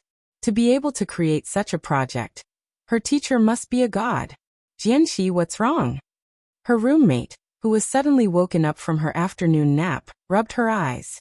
Jianxi reacted and coughed lightly. She regained her composure. "Sorry, I'm a little excited and nervous." Hearing this, her roommate looked at her in amusement. "Yo, you're the first in the computer science department in our first year. You haven't even been excited about competitions or speeches. How can something make you excited?" Yincheng University was the best university in the country, and the computer science department was the best. As a student who skipped a grade, Jianxi became the first in the computer science department, and was also an influential figure in the school. "I found a professional teacher." Jianxi's cold face was slightly flushed. "Very impressive? I remember. Isn't your Uncle Marcus? Why didn't you look for him?" her roommate asked. However, only she and Jianxi knew about this in school. "Marcus is not powerful. I don't want to look for him." Jianxi snorted and replied to Bei Yunj's message. "It can't be? More powerful than your uncle? Your uncle was nominated for the Busaka Prize this year." Jianxi raised her eyebrows and started to boast. "Of course my teacher is amazing. I feel that she knows everything." Oh, how could Jianxi say something like this in the tone of a brainless fan? This was incredible. Could it be that your teacher is a guy? Is he good looking? Otherwise, how could Jianxi lose her rationality and spout nonsense? Jianxi's eyelids twitched. "She's a new member of my uncle's computing institute." Moreover, from Marcus's tone, he was obviously more concerned about Bei Yunj than the other members. As expected, she had picked up a treasured teacher. "Besides, I'm my teacher's first student." Jianxi was elated. What a brainless fan. This time Bei Yunj, who had just left school, suddenly remembered Jianxi's name. Why did it sound so familiar?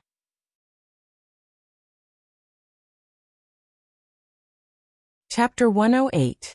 Besides, Bei Yunj still remembered that because Jianxi lost to Cheng Zihuai, she developed special feelings for him, and had been paving the way for him silently.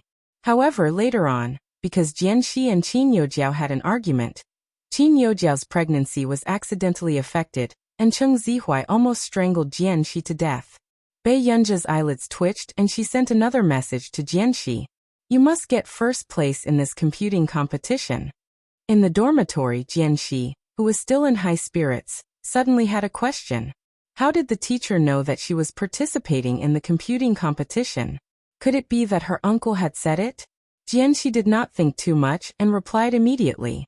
"Teacher, don't worry. I definitely won't embarrass you." Bei Yunj glanced at it and thought for a moment. After replying, she put her phone back into her pocket. However, then, Bei Yunj heard a voice from the side. "Can you help? Something might have happened to my granddaughter. I'm really worried about her. Let me go in and look for her." The security officer was a little impatient. "This student has already finished school. She will definitely come out if she's fine." The anxious old lady was wearing simple clothes and holding the apron that she had just taken off. She looked out of place in this private high school. This was a high school for the children of rich families. How many of the students' grandmothers would dress like her? The old lady was also uneasy, and could only cover her dirty apron with her hand. However, on closer inspection, there was also mud between her dry fingers. The security officer's eyes were filled with disdain as he reached out to push her out. Leave, don't get in the way. I think you're here to scam me." "I'm not. Please, I'm here to find my granddaughter." The old lady was suddenly pushed by the security officer and lost her balance. Her face was pale and she closed her eyes instinctively. However, she did not expect someone to support her before she fell to the ground. A warm palm held the old lady's arm. Parents can't enter Hongda High School? The coldness in Bei Yunji's eyes made one's scalp turn numb, and the smile on her lips was mocking. Of course the security officer knew Bei Yunji, and immediately stammered. No. She's not a parent. Are you saying that my grandmother isn't a parent or that I'm not a student of Hongda? Bei Yunji's voice became even colder. At this moment, only then did the old lady recognize that this beautiful girl was actually her Gu. Gu. The old lady's expression was agitated, but after a moment, she held her hand nervously. Gu, are you hurt? Are you alright? Listen to Yan. Bei Yunji shifted her gaze from the security guard to the old lady. She was the director of the orphanage where the original owner lived. However, the orphanage couldn't continue operating, and the old lady sent away all the children that could be sent away. As for the original owner, who wasn't adopted, the old lady kept her by her side and doted on her as if she was her own granddaughter. Who told you that I'm injured?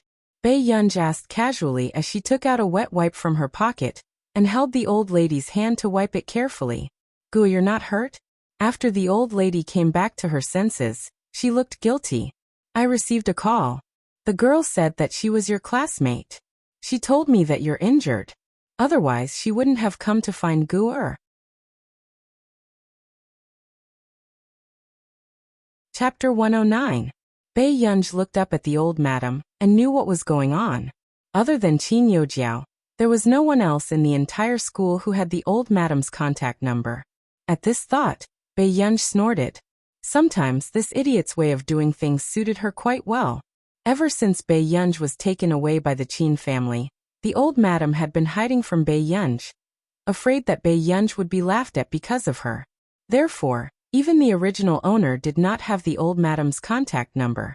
It seemed like this Qin Youjiao had indeed left a lot of backup plans. I'm fine. It should be a prank. Bei Yunji did not want the old madam to worry about her. Hearing this, the old madam froze for a moment before she beamed. It's indeed better to be biological. Look at how well our union is raised. Bei Yunji's lips curved, and she saw a few people secretly taking photos not far away. She blocked the old madam's face quietly. Grandma, let's go and eat. Hearing this, the old madam's body froze and she hurriedly broke free from Bei Yunji's hand. Her voice was hoarse and bitter. Go back to the Qin family early. Grandma still has something to do. Grandma has to go home. Then can you still come and see me? Bei Yunji pulled the old madam's sleeve and shook it gently, looking at her with clear eyes. The old madam's eyes were sore and she could not bear to part with Bei Yunji. She would dream of Bei Yunji when she was young all night. But she could not bear for Bei Yunji to be criticized by others. This child had suffered enough when she was with her. After regaining her senses, the gazes that were looking at her and Bei Yunji shocked the old madam even more, and she planned to turn and leave. But then Bei Yunji suddenly hugged the old madam's hand and rubbed her exquisite chin against her shoulder intimately. Grandma, I miss you very much. Can you eat with me? With that said, the old madam's eyes turned red. Gu, the Qin family still let you interact with Grandma? The old madam had seen Mrs. Qin before, and she did not seem to have a good temper. However, she was very loving to her adopted daughter.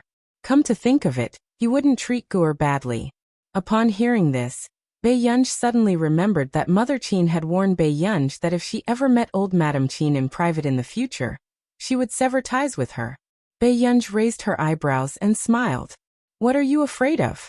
Even if the Qin family doesn't support me, Grandma is still around, isn't she?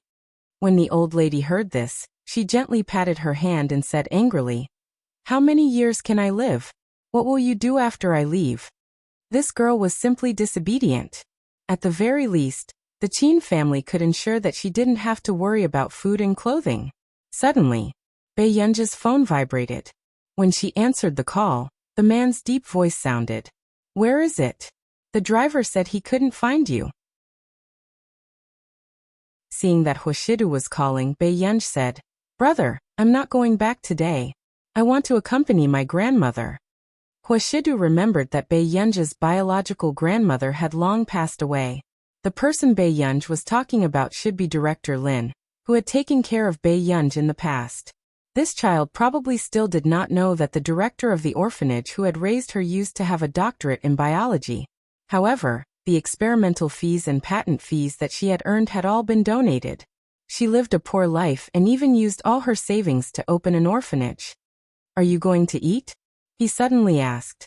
Bei Yunj was stunned. "Yes. Let the driver send you guys. I'll look for you later." As soon as he finished speaking.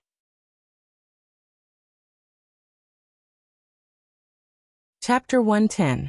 Huoshida did not seem like a leisurely person who could accompany her to meet her grandparents every 2 to 3 days. However, after the chat, Bei Yunj said to the old madam, "Grandma, the driver is still waiting over there. Let's go over." Okay. The old madam glanced at the luxury car and felt that the Qin family seemed to be richer than she had imagined.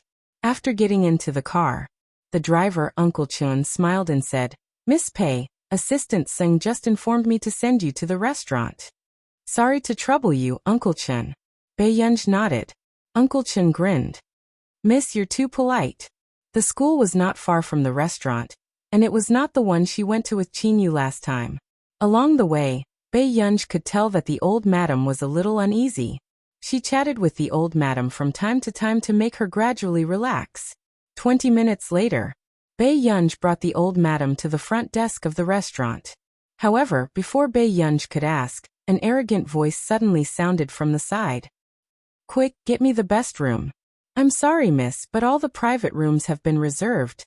The receptionist revealed a professional smile. "Excuse me, miss, do you have a reservation?" Cheng Shuayuan probably did not expect to encounter such a thing, and her expression was a little ugly. Today, she had said that she would open a private room here and treat her friends to a meal. But now, she could not book a private room.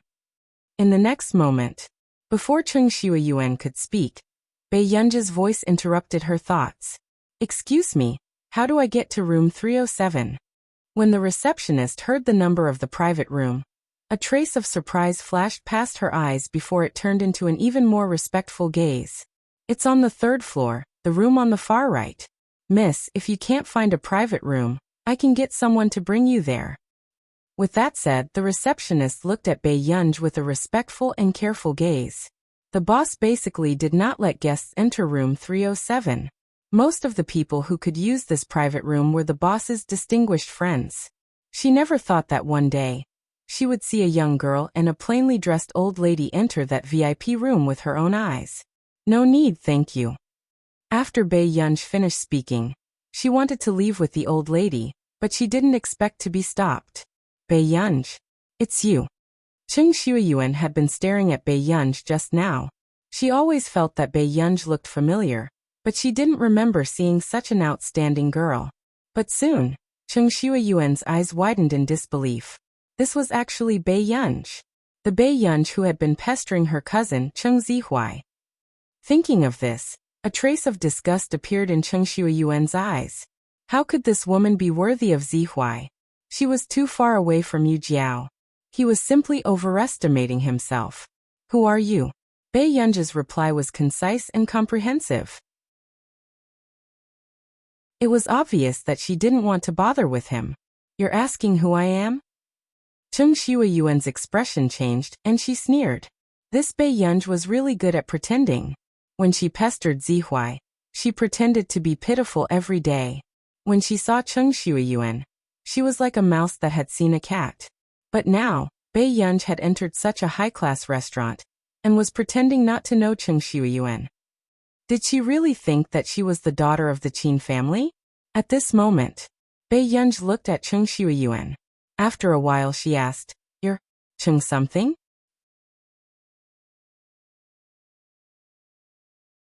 Chapter 111.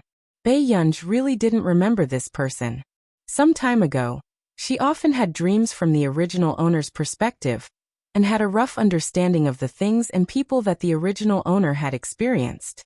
However, Bei Yunj really didn't have any impression of the person in front of her. She seemed to be Qin Youjiao's best friend in the circle. She was also Cheng Zihuai's cousin. Suddenly, Cheng Shuayuan gritted her teeth. "Bei Yunj, How dare you humiliate me? She actually pretended that she didn't even remember her name. Gur, this is. Old Madam frowned and instinctively shielded Bei Yunj behind her. I'm not familiar with her, Bei Yunj said calmly. Hearing this, Old Madam looked at Cheng Shuayuan and said gently, Do you know Gu? Cheng Shuayuan glanced at Old Madam, and the disgust in her eyes intensified. She sneered and said harshly, You took the Qin family's money and brought your grandmother to such a high-class restaurant? I didn't expect Bei Yunj to be so filial. As soon as she finished speaking, Bei Yunj's expression didn't change, but Old Madam's face turned pale when she heard these sarcastic words. Classmate, you've really misunderstood. Cheng Shuayuan glanced at Old Madam in disgust and took a step back. Misunderstood? I was there when Mrs. Qin said those words, so I heard it loud and clear. After speaking, Cheng Shuayuan looked at Bei Yunj provocatively. Mrs. Qin said that as long as you contact the person who raised you before, she will sever your mother-daughter relationship with you. Bei Yunj, you can't deny this, right? Suddenly, these words were like a bomb that exploded in Old Madam's mind. She quickly broke free from Bei Yunj's hand. She begged, Miss, don't tell Mrs. Qin about this. I'll leave now. Don't tell Mrs. Qin. This child didn't bring me here on purpose. I insisted on following her. I'll leave now, okay? Hearing this, Cheng Shuayuan rolled her eyes and still looked arrogant. She was indeed used to living a poor life. She still wanted to rely on Bei Yunj to live a good life. Sure, let your granddaughter beg me. I'll pretend that I didn't see it, Cheng Shuayuan purposely said. The old lady's expression changed and she nervously wiped her hands. Miss, can I beg you? Guh. Before Old Madam Yang could finish, Bei Yunj grabbed her shoulders and spoke in a leisurely tone. Let her speak. Sever ties with Mother Qin? He couldn't ask for more. However, when Cheng Shuayuan saw Bei Yunj's attitude, her face turned red with anger. Bei Yunj, since that's the case, what right do you have to use this room? Didn't Bei Yunj want to cut ties with Mrs. Qin? She remembered that Qin Youjiao also had a card for this restaurant. It was given to her by Mrs. Qin. Bei Yunj was able to book a private room this time, because she had a membership card from Mrs. Qin. What does it have to do with you? Bei Yunj glanced at her, and quickly decided to go upstairs. Seeing this, Cheng Shuayuan bit her lips, her eyes filled with unwillingness. She turned to look at the front desk and pointed at Bei Yunj. The card in this woman's hand doesn't belong to her at all. You're letting her book this. The receptionist froze for a moment and could only brace herself to ask Bei Yunj, Miss, can you let me see your card? I don't have a card. Bei Yunj stopped in her tracks and said slowly, You don't have a card. Cheng Shuayuan's tone was sharp. Chapter 112. Seeing that Cheng Shuayuan did not even care about her manners and wanted to see her make a fool of herself, Bei Yunj suddenly felt that it was very familiar. She remembered. This was the female supporting lead, Cheng Shuayuan. In the original novel, she was completely a gun that would shoot wherever Qin Youjiao pointed. She had removed many obstacles for Qin Youjiao. The private room is opened by my friend. I came early. Bei Yunj glanced at the front desk calmly. The receptionist froze unconsciously and felt inexplicably terrified. Then, before the receptionist could speak, Cheng Shuayuan said mockingly, Nonsense. How can you know friends in the industry? Did you secretly come to find a sugar daddy because you know that you can't live well in the Qin family? The moment she finished speaking, everyone could not help but look at Bei Yunj suspiciously. At this moment, the old madam's voice turned cold. Miss, you're spreading rumors. You can be sent to the police station. Oh, old madam, how many words do you know? You actually know how to send me to the police station? Cheng Shuayuan's tone was full of ridicule and sarcasm. The person who raised Bei Yunj was just a country woman. She must have watched too many television dramas to dare to talk to her like this. Cheng Shuayuan, Bei Yunj said slowly. What are you doing? Cheng Shuayuan looked at Bei Yunj fearlessly and asked with her chin raised. Bei Yunj took the old madam's hand and smirked, her eyes cold. Apologize to my grandma.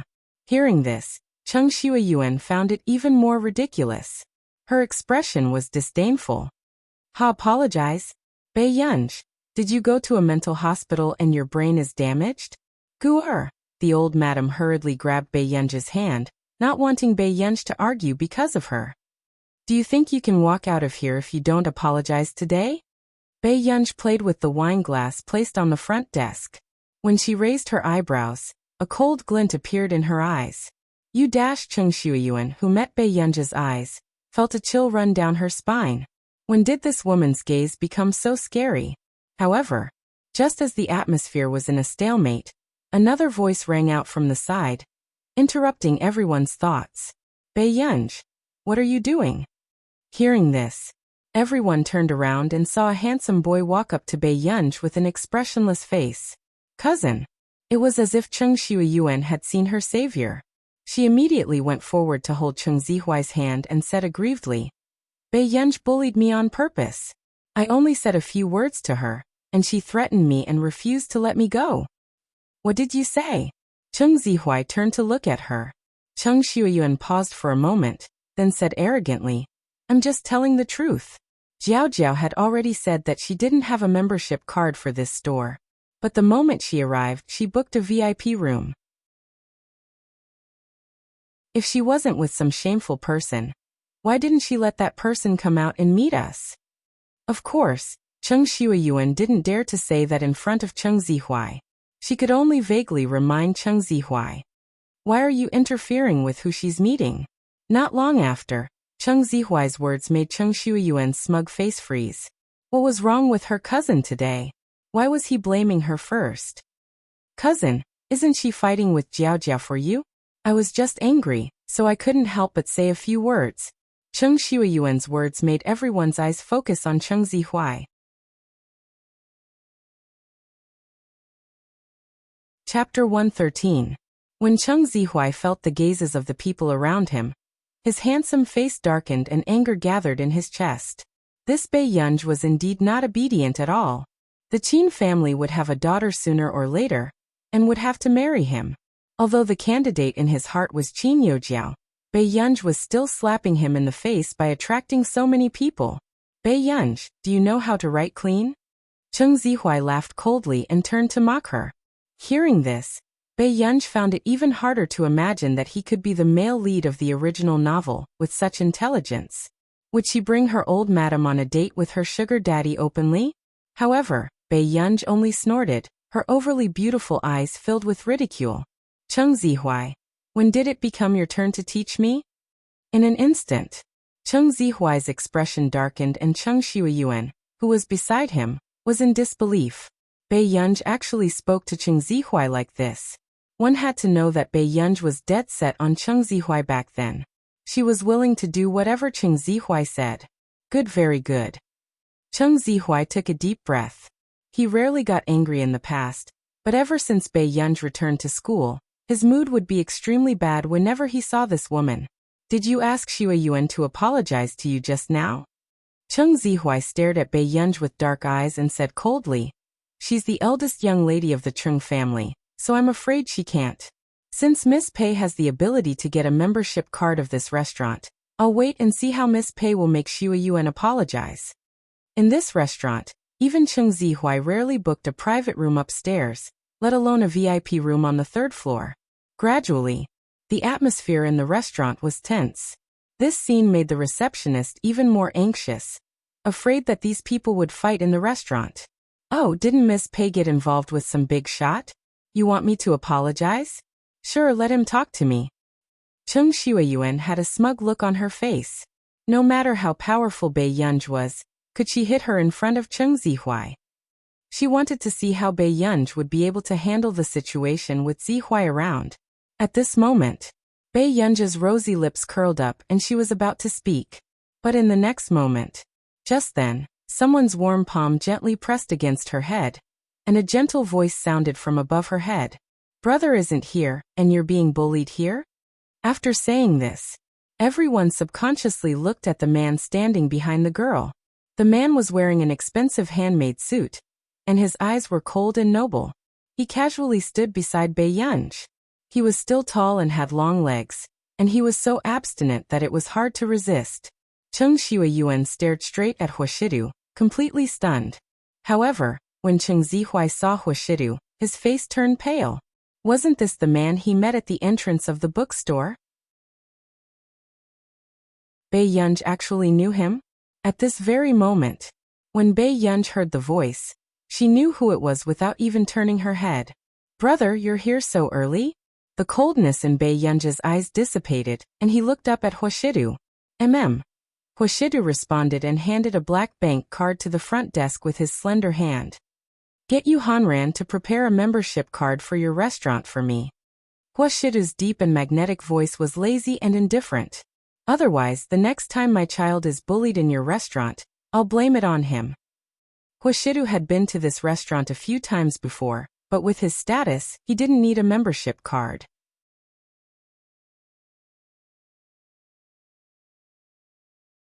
Chapter 114.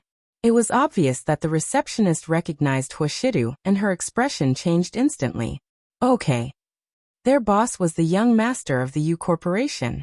However, when she met this gentleman by chance half a year ago, it was her first time seeing their young master be so polite to someone. Besides, it was obvious that their young master was a little afraid of this person. At the same time, seeing this, Cheng Shuiyuan's pretty face paled. She never thought that the man who was related to Bei Yunj would be such a man in the past. Cheng Shuiyuan had always felt that her cousin, Cheng Zihuai, was already an impeccable existence. However, seeing Huashidu in front of her today, it was the first time she felt like she was looking up to him. Yet he was unreachable. But how could Bei Yunj approach such a man? "Who are you?" Cheng Shuiyuan's tone was unconsciously nervous. However, the man didn't even look at her. He slowly buttoned up his shirt and walked over to the old lady. "Director Lin, I'll settle this for Yunyan. Let's get someone to bring you to the private room first." With that said, Assistant Sung walked towards the old lady and said with a smile, "Old madam, don't worry. Miss Yunj will be upstairs soon. Shall I take you there first?" Although the old lady did not know who this strange man was, she knew that Huashidu had a noble status and his actions just now were to protect Gu'er. "Okay, then I'll go up and wait for you." The old lady nodded and let Assistant Sung help her upstairs. Then after the old lady left, the man was ready to deal with the remaining people. "Sir, who exactly are you?" Cheng Zihuai felt uncomfortable, and was even more unwilling to believe that Bei Yunj knew him. This was the first man who made him feel inferior for no reason. Whether it was Huashida's casual gaze or aura, it made him feel oppressed. "You bullied my little girl. Don't you know who I am?" Huashida's posture was light and lazy, but it was inexplicably aggressive. The aura of a mature man was both lustful and refined. It could easily make one's legs turn weak. Before Cheng Zihuai's expression could turn ugly, he saw the man suddenly reach out and grab Bei Yunj's shoulder. He effortlessly pulled her over. Bei Yunj subconsciously grabbed the man's suit, and the man's cold fingers pinched her cheeks as a punishment. He leaned closer and said in a low, magnetic voice, "Little kid, you don't know how to bully others, but do you know how to complain to your big brother?" This man's casual indulgence in his words was even more potent than an aphrodisiac, making it hard for her to resist. Bei Yunj stood on her tiptoes and leaned close to the handsome and noble man's ear. She raised her beautiful eyes and looked very charming. "How would I know if Big Brother would deal with them or me?" "Listen to Yen." The man chuckled in a low and hoarse voice. It was pleasant and casual, making people's ears go soft. Her cold, pale-colored pupils were tainted with an ambiguous gentleness. The corners of her upturned eyes were seductive, causing ripples in one's heart. For the first time, Bei Yunj noticed that the man's eyes were like peach blossoms. They only sparkled when he smiled. His light-colored pupils usually made people feel cold and abstinent.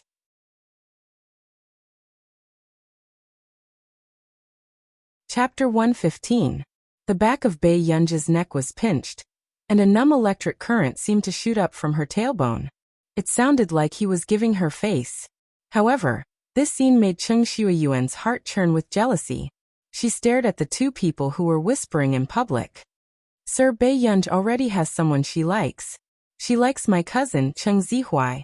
Cheng Shuiyuan's heart ached, and she became even more jealous. She could not imagine why such a man would fall for Bei Yunj. Cheng Shuiyuan. Cheng Zihuai interrupted her with a terrible expression. However, he then stared at Bei Yunj, wanting to know if she would refute. Cheng Shuiyuan, do you have to discuss me in public? Bei Yunj asked slowly. At that moment, Cheng Zihuai's expression turned even worse. Bei Yunj, you? Bei Yunj deliberately leaned closer to Huashidu and placed her hands on the man's waist. She raised her eyebrows and looked beautiful and flirtatious. I'm sorry, student Cheng. I don't want my sugar daddy to misunderstand.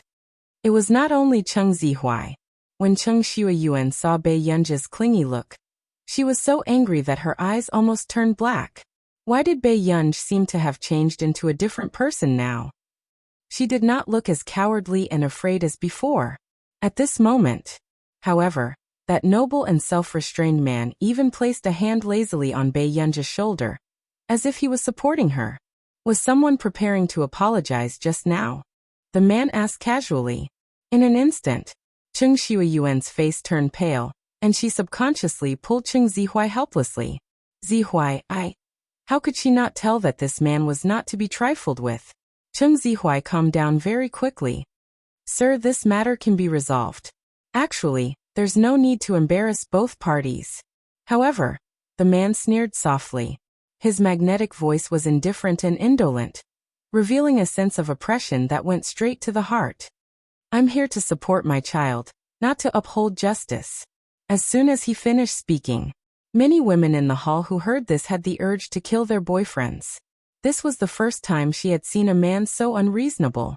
However, Cheng Zihuai, who had the worst expression, could only clench his fists and look at Huashidu with a livid expression. What if I don't agree? Bickering with a brat who doesn't know the immensity of heaven and earth is quite demeaning. The man's smooth jawline was superior, his posture was gentle and lazy, and his casual tone still hit Cheng Zihuai's self-esteem.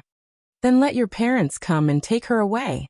With just a confrontation, Cheng Zihuai felt the gap between him and the man in front of him.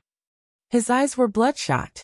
He couldn't help but clench his fists and tremble all over. Assistant Sung, who had just returned, reminded him with a smile. Master Du, there seems to be only one listed company with the surname Cheng in Yunqing. Some time ago, they even contacted the Hua Corporation to ask for a cooperation opportunity. After saying this, Cheng Zihuai raised his head abruptly, his pupils constricting as he subconsciously took a step back. Hua Corporation, the Hua Corporation. All along, Cheng Zihuai had some understanding of his family business. It was impossible for him not to know what kind of existence the Hua Corporation was in the country. The Hua Corporation. How could it be the Hua Corporation? Even Cheng Shuiyuan, a young lady who didn't understand the company, had a certain understanding of the Hua Corporation.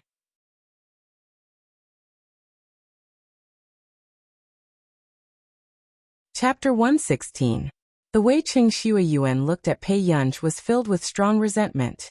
If not for Bei Yunj, she would not have left such an impression on Huashidu the first time she met him. Miss Cheng, if you want the Cheng Corporation to pay the price, this matter will not be so simple. Assistant Sung reminded her considerately. Zihuai, what should we do? When Cheng Shuiyuan heard this, she immediately grabbed Cheng Zihuai's hand. Her eyes were slightly red and she was a little afraid. She was the daughter of the second branch of the Cheng family. Compared to Cheng Zihuai, she was not favored. If she really offended the Hua Corporation, it was very likely that her parents would be implicated. Cheng Zihuai was indignant, but he knew that he could not compare to Huashidu. He gritted his teeth and could only look at Huashidu with bloodshot eyes. In the end, his gaze landed on Bei Yunj. It was as if he hoped that Bei Yunj would settle the matter peacefully. However, Bei Yunj only looked at them with a faint smile. He had no intention of speaking up for them. This made Cheng Zihuai's chest burn with anger. He endured it and gritted his teeth. Cheng Shuiyuan, apologize. Cheng Shuiyuan looked at Cheng Zihuai in disbelief. Her eyes were watery as she asked aggrievedly, Zihuai, what did you say? He actually wanted her to apologize to Bei Yunj in public. Apologize to Bei Yunj. Cheng Zihuai took a deep breath and said, I won't. Cheng Shuayuan cried aggrievedly. She could not help but look at Huashidu again, hoping that he would be soft-hearted. However, Huashidu did not even look at her. He only casually reached out and brushed Bei Yunji's slightly messy hair behind her back. If you don't apologize, don't you know who will be implicated? Cheng Zihuai's tone became colder and more irritated. Cheng Shuayuan bit her lip. Feeling the gazes of the people around her, she felt even more embarrassed. She had been pampered since she was young. When had she ever embarrassed herself like this? In the end, Cheng Shuayuan hid the hatred in her eyes and could only look at Bei Yunji. Her voice was as soft as a mosquito. I'm sorry. What are you talking about? I can't hear you clearly, Miss Cheng. Bei Yunji's beautiful eyes twitched.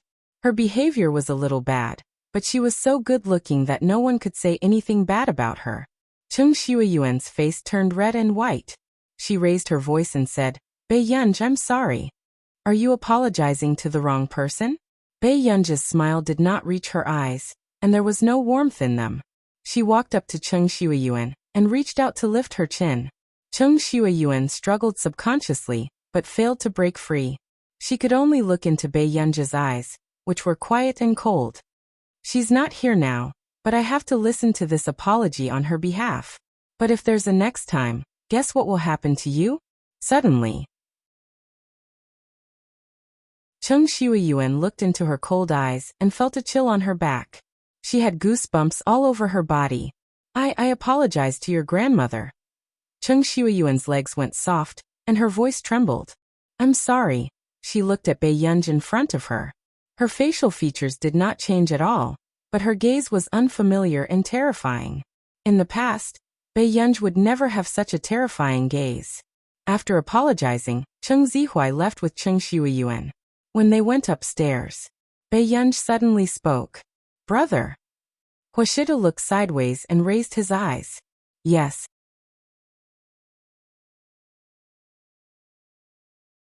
Chapter 117. Bei Yunji was not that stupid. She knew how much Huashidu took care of her, including that time at the Qin family's old mansion. Bei Yunji also knew that Huashidu had stayed behind to talk to him alone because of her. Why do you ask? Huashidu's gaze landed on her unwaveringly. Brother and Qin, you seem to have a good relationship. Bei Yunji said with a smile. Hearing this, those who did not know would think that Huashidu was her biological brother. However, Huashidu could hear the alienation in Bei Yunji's tone. This little fellow looked lawless, but she was actually very meticulous. Bei Yunji indeed felt that she had caused Huashidu a lot of trouble. If it was because of Qinyu, then Huashidu might be tolerating her. But in the next moment, Bei Yunji interrupted this thought. Huashidu reached out lazily, his cold fingers rubbing away the dirt on her chin. His tone was casual. I'm not willing to bring all the children of the Qin family home. Bei Yunji was stunned and looked up at him. Yunyun, have some conscience. Huashidu laughed hoarsely. His eyes were so dark that even the light was hidden. He was refined and lustful. Does brother treat you well because of someone else? Room 307. Bei Yunji pushed the door open and entered. The old madam could not help but stand up and call out softly. Guer, are you all right? I'm fine. After Bei Yunji finished speaking, she saw that Huashidu had followed her in. She said to the old madam, Grandma, he's Huashidu. He's second brother's friend. Hearing this, the old madam's frown disappeared. So he was second young Master Qin's friend. Then there should be no problem. Thank you, Mr. Hua, for helping Guer out today. The old madam thanked him. Director Lin, you're too polite. After speaking, Huashidu did not disturb Bei Yunji and the old madam from catching up. He only chatted with them from time to time. Assistant Sung, who was beside him, was in disbelief. If Master Du had used even half of his patience on little young Master would not cry all day long and say that he did not want to see his older brother anymore. Principal Lin, if you don't have a good place to stay now, you won't be able to find a place to stay. Why don't Junior arrange it for Dean Lin? What Huashidu said was exactly what Bei Yunji wanted to ask. There's no need to trouble Mr. Hua. I have a place to stay. The old madam was flattered. Then, she immediately smiled and shook her head. The more she looked at Huashidu, the more satisfied she was. From time to time he glanced meaningfully at Bai Yunj. Bai Yunj did not notice the look in her eyes. She was thinking about something else. Grandma, is it because of Lin Jiannan? Bai Yunj suddenly asked. The old lady had an only son named Lin Jiannan. She bullied the weak and feared the strong. She liked to take advantage of others. Previously, old Madame Fu was afraid that Lin Jiannan would do something embarrassing to ask the Qin family for alimony, so she sent Bai Yunj away in advance. The old lady felt a little guilty and uneasy. Jiannan got married this year. He's preparing to have a child. I have to help Jiannan take care of his wife. When she gives birth in the future, Jiannan's wife will have to give birth. I will also. Grandma, is it his wife or your wife? Bai Yunj's eyelids twitched and she suddenly laughed. Grandma has let your uncle Jiannan down. The old lady lowered her head subconsciously.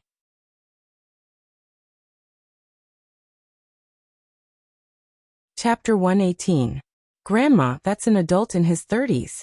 He's not even qualified to be a giant baby.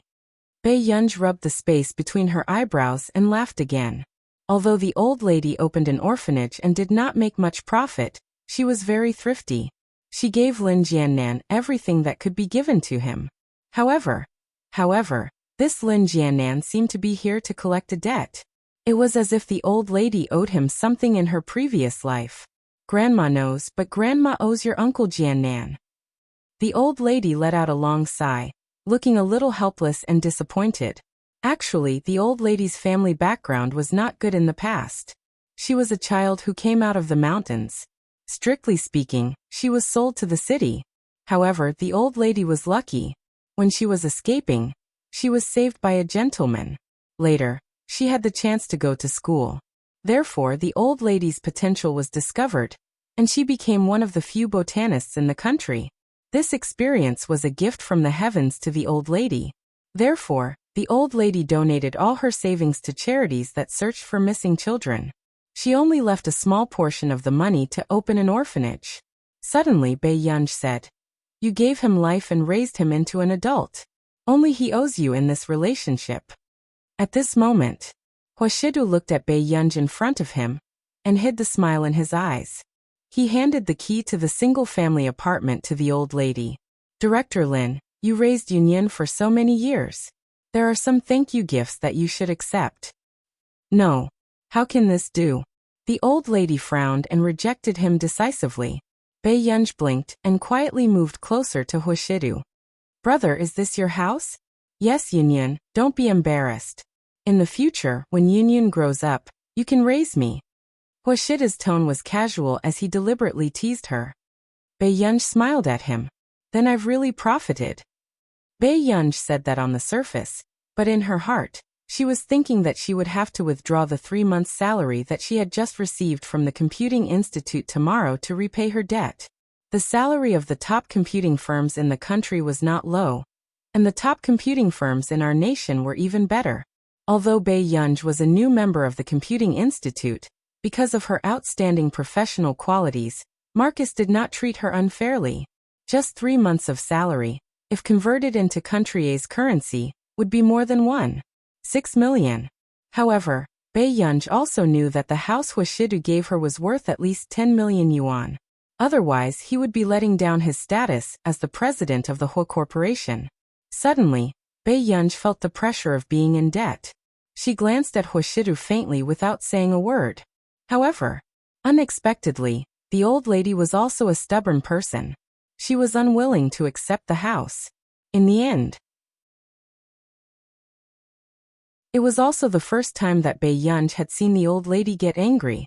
She told Bai Yunj to take good care of herself, and left the private room. Bai Yunj turned to look at Huashidu, as if asking him for a solution. Seeing this, Huashidu subconsciously curled his lips and lazily unbuttoned the 2 buttons on his shirt collar. His posture was lazy and abstinent. He picked up his chopsticks and picked up some food for Bai Yunj. "Let's eat. No matter who Principal Lin is angry at, she will never be angry at you."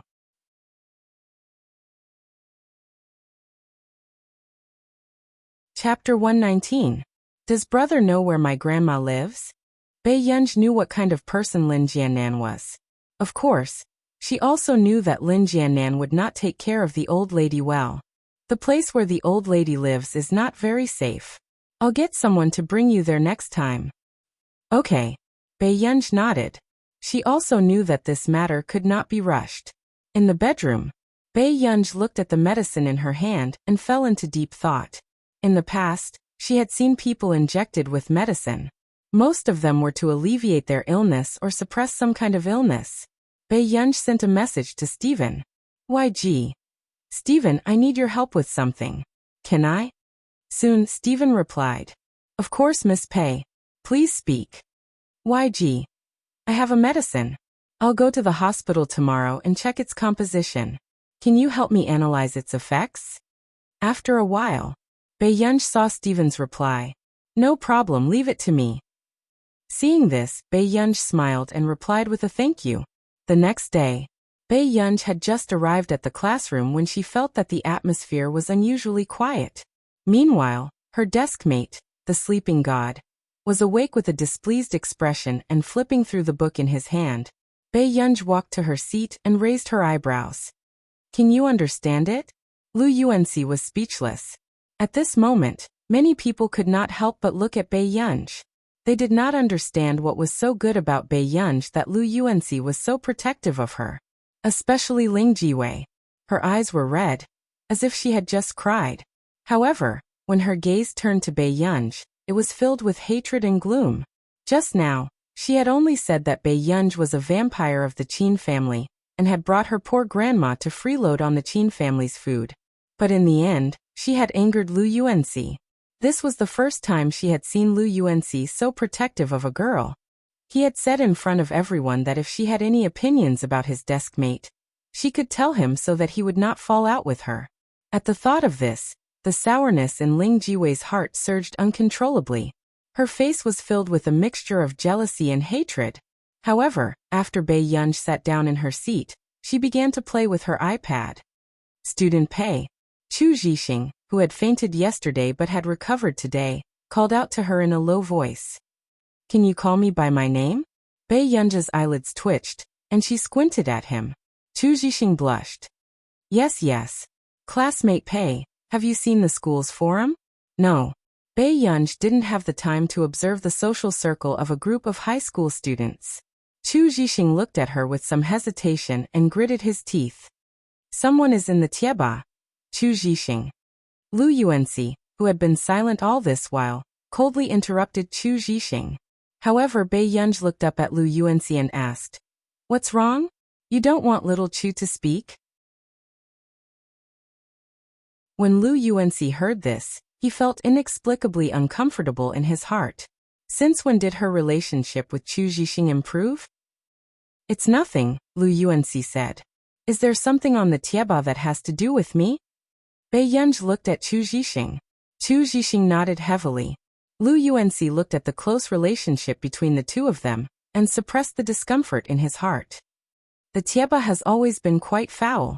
I've already contacted the administrator to delete the post. Delete what? I really want to settle accounts with that person. Bei Yunj's beautiful eyes curled up. There was no warmth in her eyes as she spoke unhurriedly.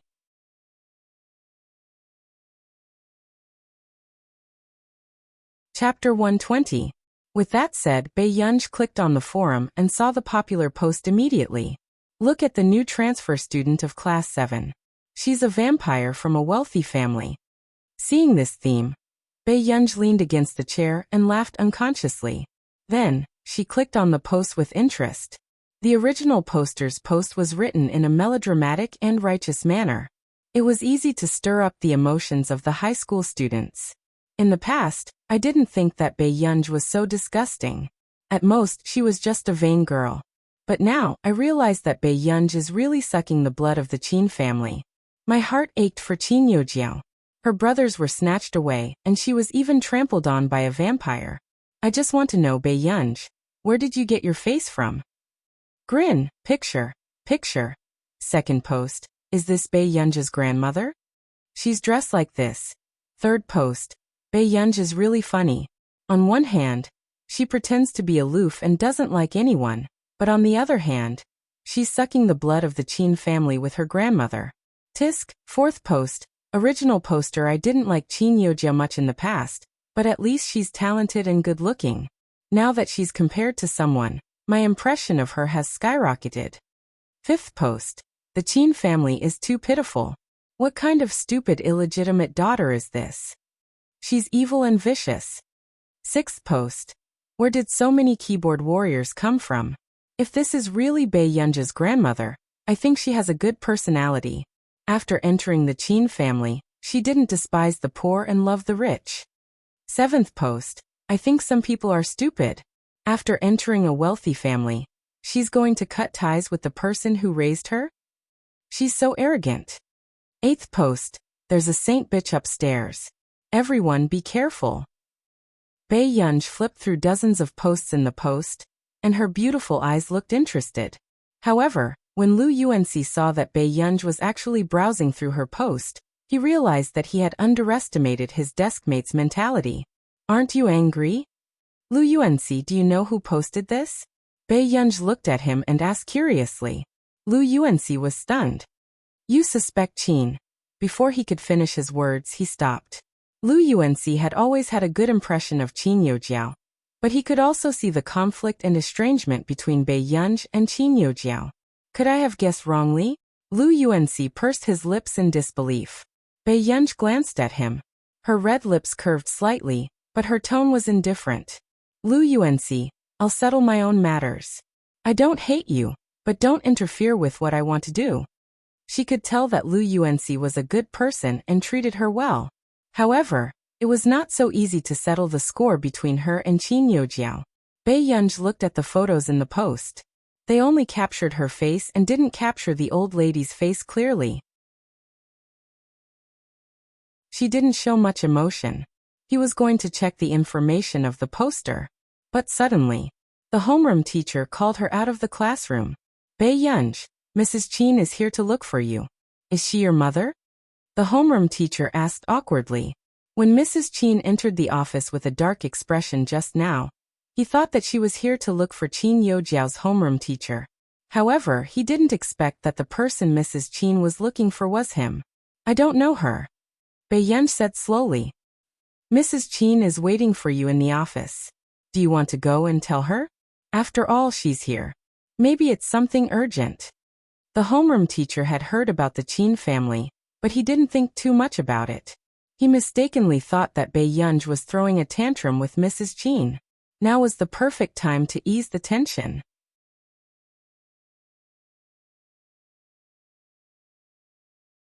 Chapter 121. No need.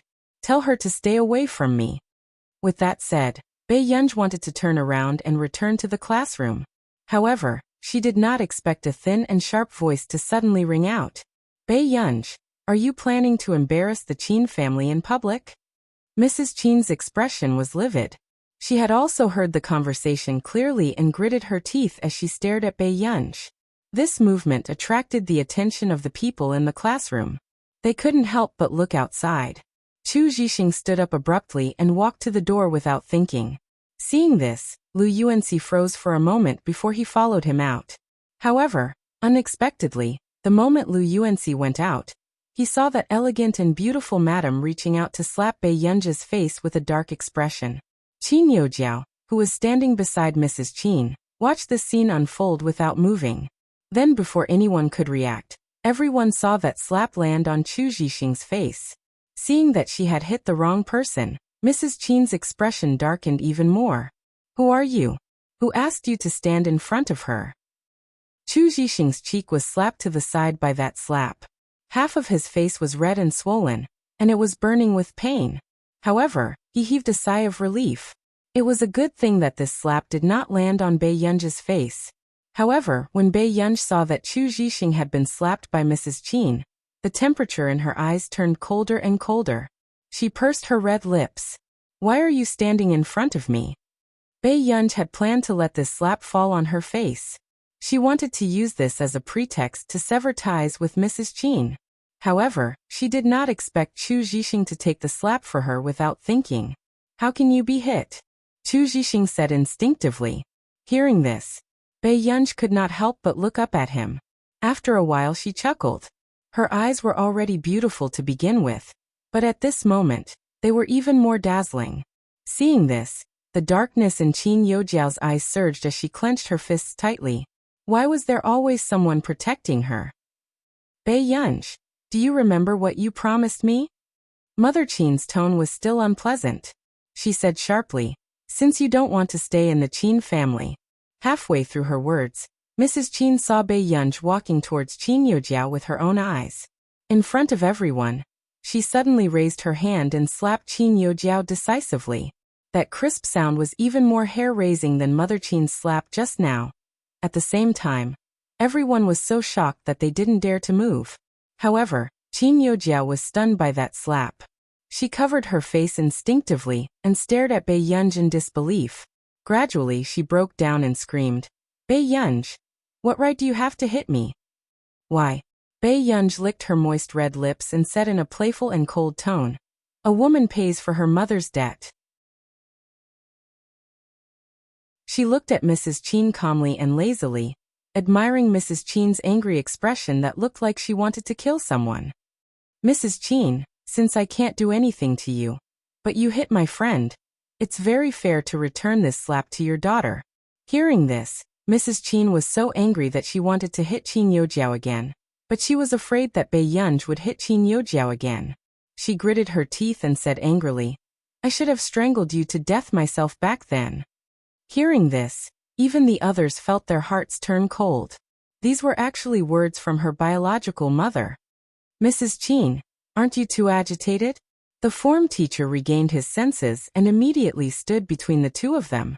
Those two slaps just now were so shocking that he couldn't calm down.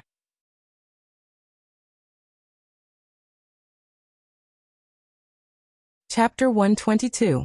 Everything happened too suddenly. Then, the form teacher saw that there were people around them. Why don't we talk in the office first?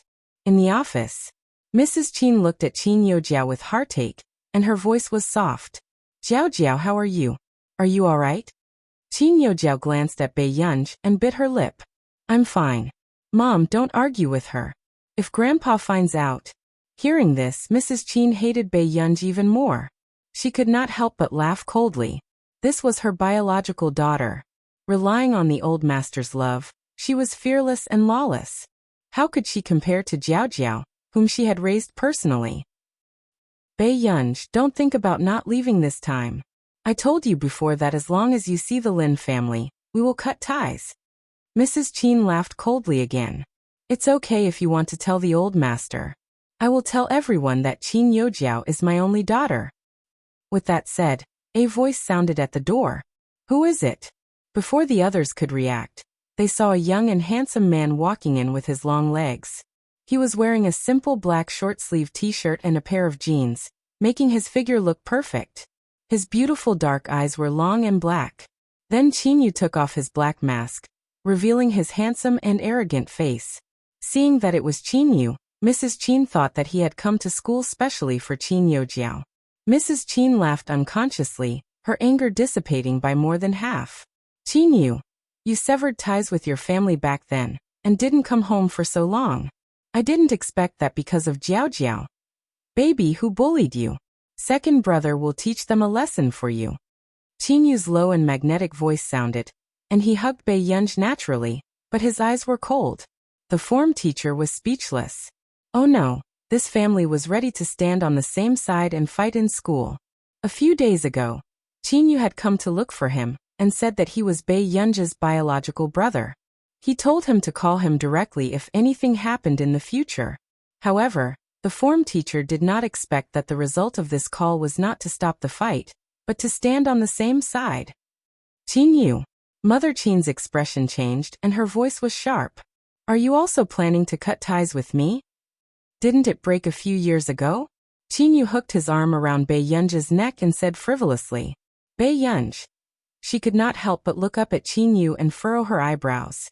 Why are you here? Second brother, we can't let anyone have the chance to bully our Guer. Qin was good-looking and a little careless. His lazy posture made the girls passing by outside stare straight at him. Qin was even more handsome than on television. His smile was too charming. Second brother, Mom didn't bully Bei Yunj, Qin Yojiao could not help saying. She looked at the scene in front of her, and tried her best to suppress her jealousy. In the past, she had mentioned asking Qinyu to come to school to fetch her many times. However, Qinyu had always changed the topic and had never taken it seriously. But now he had come again and again for Bei Yunj. Qinyu, take a good look at the wound on Jiao Jiao's face. This was hit by Bei Yunj. Mrs. Qin was so angry that her vision darkened. It was bad enough that Qin Lang had gone crazy, but now Qinyu was also abnormal. However, what Mrs. Qin did not expect was that there would be someone even angrier.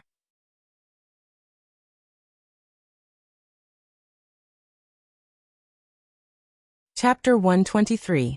Hearing this, Mrs. Qin was so angry that she almost couldn't catch her breath. You're not going to acknowledge me as your mother, are you? Mrs. Qin was furious and looked at Qinyu with a pale face. I'll acknowledge whoever Guer acknowledges. Qinyu raised an eyebrow, as if he had remembered something. He turned around and pulled up Bei Yunja's sleeve. Are you hurt? Let second brother take a look. Qinyu. Mrs. Qin's face was livid. What do you mean? I won't say anything if you hit Qin Lang. But if you hit Guer, I can't guarantee what I will do. Qinyu's tone was calm and casual. After checking, he tidied up Bei Yunja's sleeves. In Mrs. Qin and the rest's impression, Qinyu did not like to interfere in family matters, let alone protect someone like this. This scene almost made people think that Bei Yunj had drugged Qinyu with some kind of bewitching potion. Good. Very good. Mrs. Qin was so angry that her chest was short of breath. After taking a few deep breaths and calming down, she asked again. Do you know what's going on outside? Guer, can you accompany second brother for a meal later? Qinyu lowered his head and coaxed softly. Bei Yunj. I'm not allowed to leave the school in the afternoon. Then I'll take you out for a meal next weekend. Qinyu smiled seductively and could not help pinching Bei Yunja's face. His sister was indeed the prettiest. Bei Yunj was silent. This Qinyu was really much more troublesome than Qin Lang. At this moment, with a dark expression, Mrs. Qin flipped through the post and placed her phone in front of Qinyu. Look, what did she do? Isn't she deliberately ruining our Qin family's reputation? Mrs. Qin said in disgust. However, Qinyu took a look and his originally lazy aura instantly turned cold. His slender and good-looking fingers scrolled through the post. Very quickly he took out his phone and called his assistant. Qinyu's tone was cold. Check the school forum of Hongda High School for me. Find out who posted that post related to my sister. Changing the topic, Qinyu suddenly laughed, but it made one's scalp turn numb. Then his jade-like index finger continued to scroll through the post. He said gently, I will go through legal channels and appeal in court. No matter who bullied my sister, they will have to pay the price. In an instant, Qin Yojiao's face paled as she stared at Qinyu in disbelief, her eyes red. In the past, brother Qinyu would not be like this. He wouldn't be so protective of Bei Yunj and treat her so coldly. Qinyu, do you want to embarrass the Qin family even more? Mrs. Qin glared at him in disbelief. Now Mrs. Qin felt that Qinyu was crazier than Qin Lang. For the sake of Bei Yunj, he didn't hesitate to publicize his relationship with Bei Yunj. If you want to end the relationship, do it as soon as possible. I'll take care of Guer. Qinyu looked up, too lazy to reason with Mrs. Qin.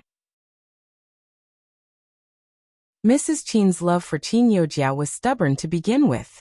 It was hard for anyone to change her mind, unless Mother Qin realized one day that her daughter wasn't worth it. Qinyu. Mrs. Qin's face was distorted with anger. Teacher, I don't want other parents to look for my sister next time. Qinyu turned around and started to instruct the form teacher. Okay, you're right. The form teacher stuttered nervously. She remembered that the slap had almost landed on Bei Yunja's face just now.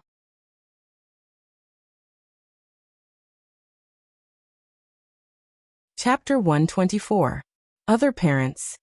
Mrs. Qin was so angry that her body trembled. She gritted her teeth and glared at him darkly. All right, Qinyu. Are you mocking your own mother? Have you done your duty as a mother? Qinyu laughed, his tone calm. Bei Yunj, who was beside him, also frowned and glanced at Qin Yu unconsciously.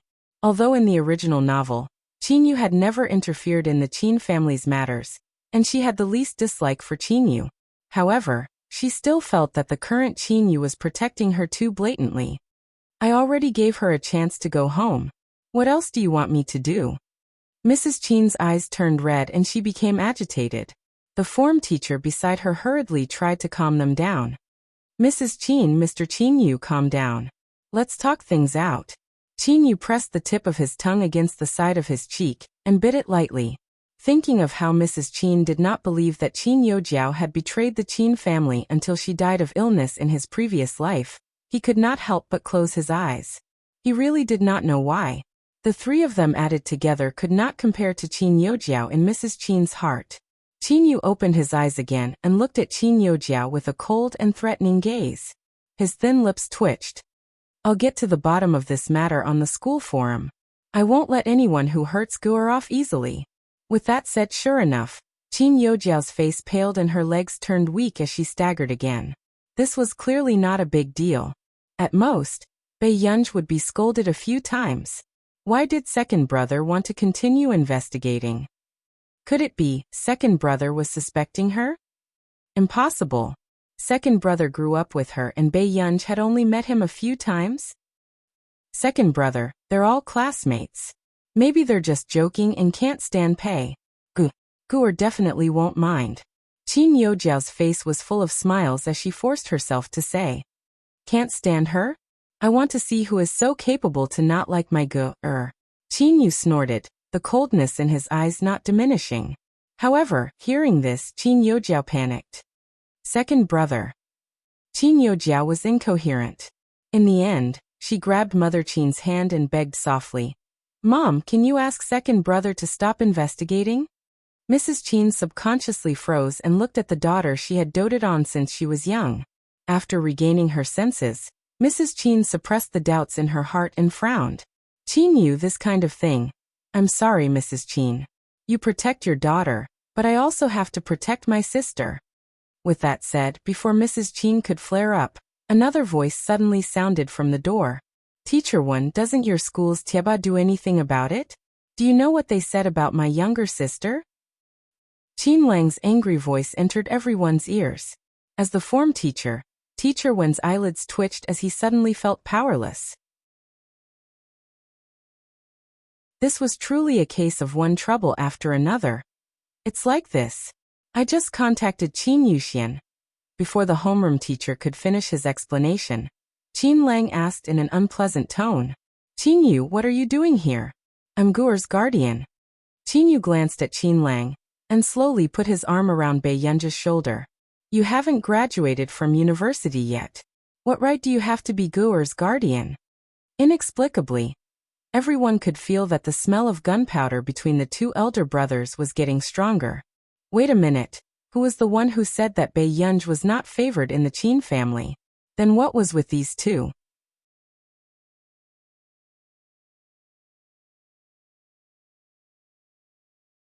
Chapter 125.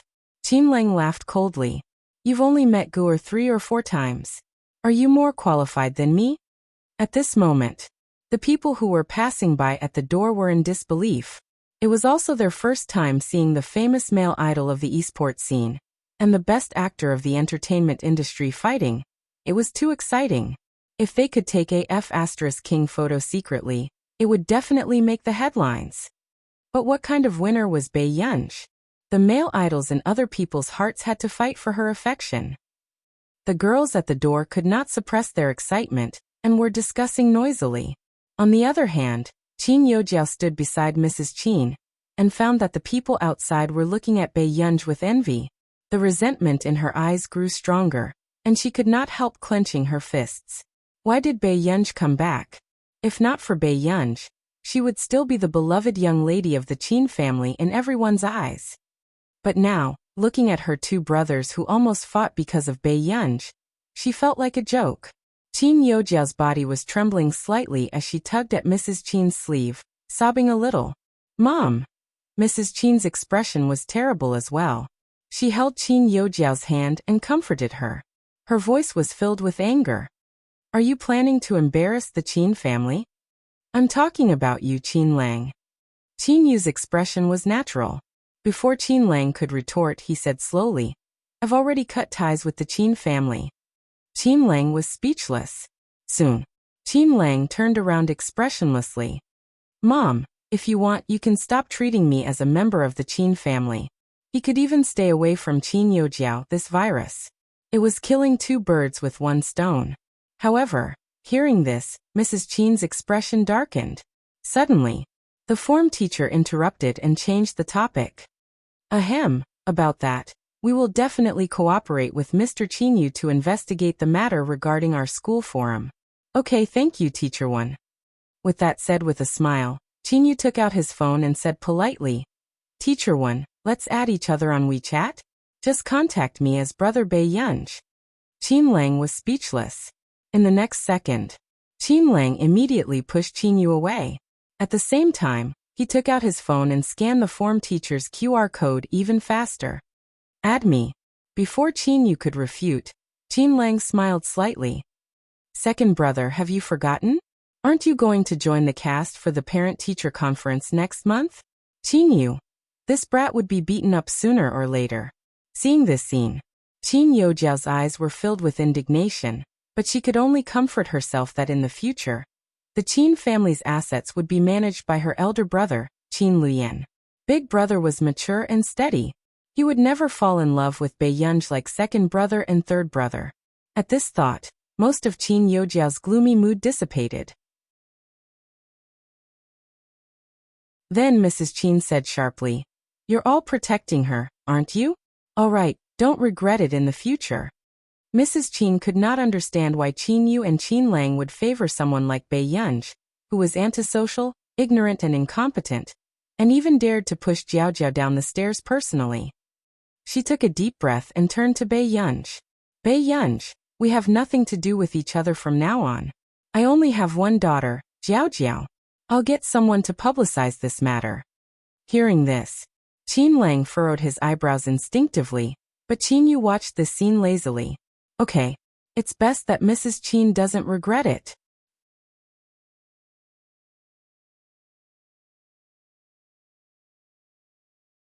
Chapter 126. Bei Yunj agreed so readily that Qin Lang was a little stunned.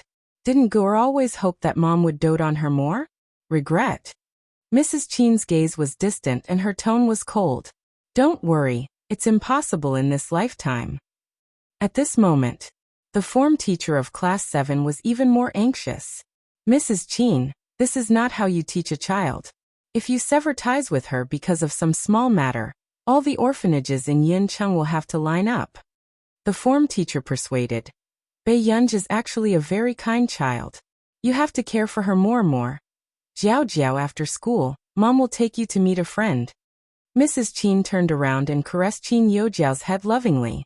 Seeing that Mrs. Qin's attitude towards her was still the same as before, Qin Yojiao felt a little comforted.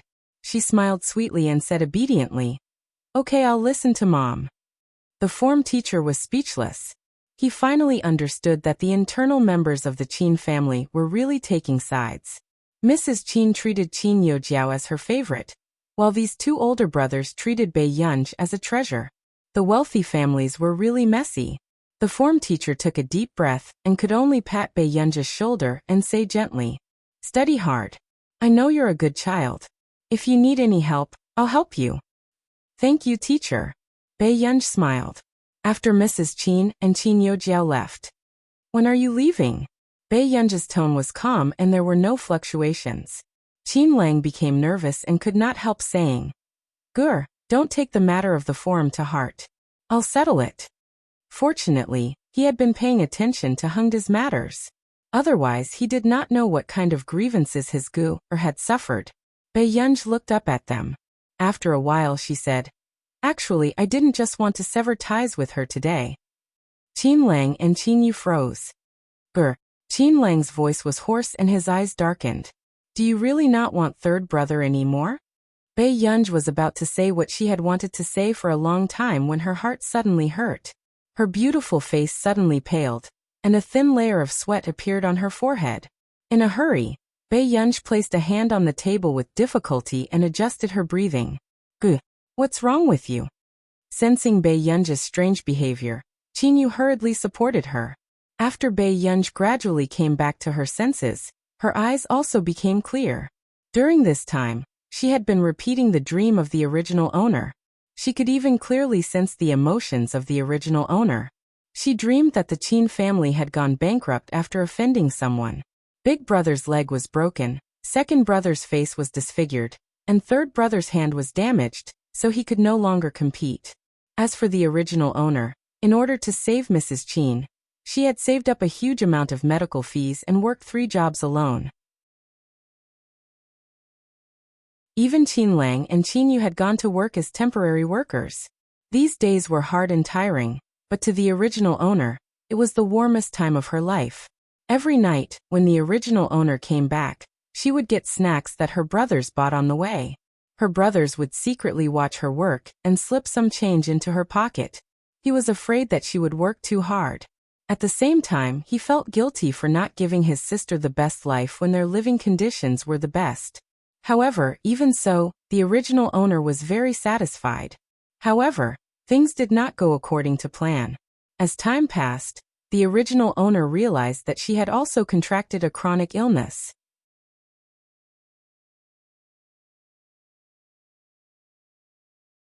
Chapter 127.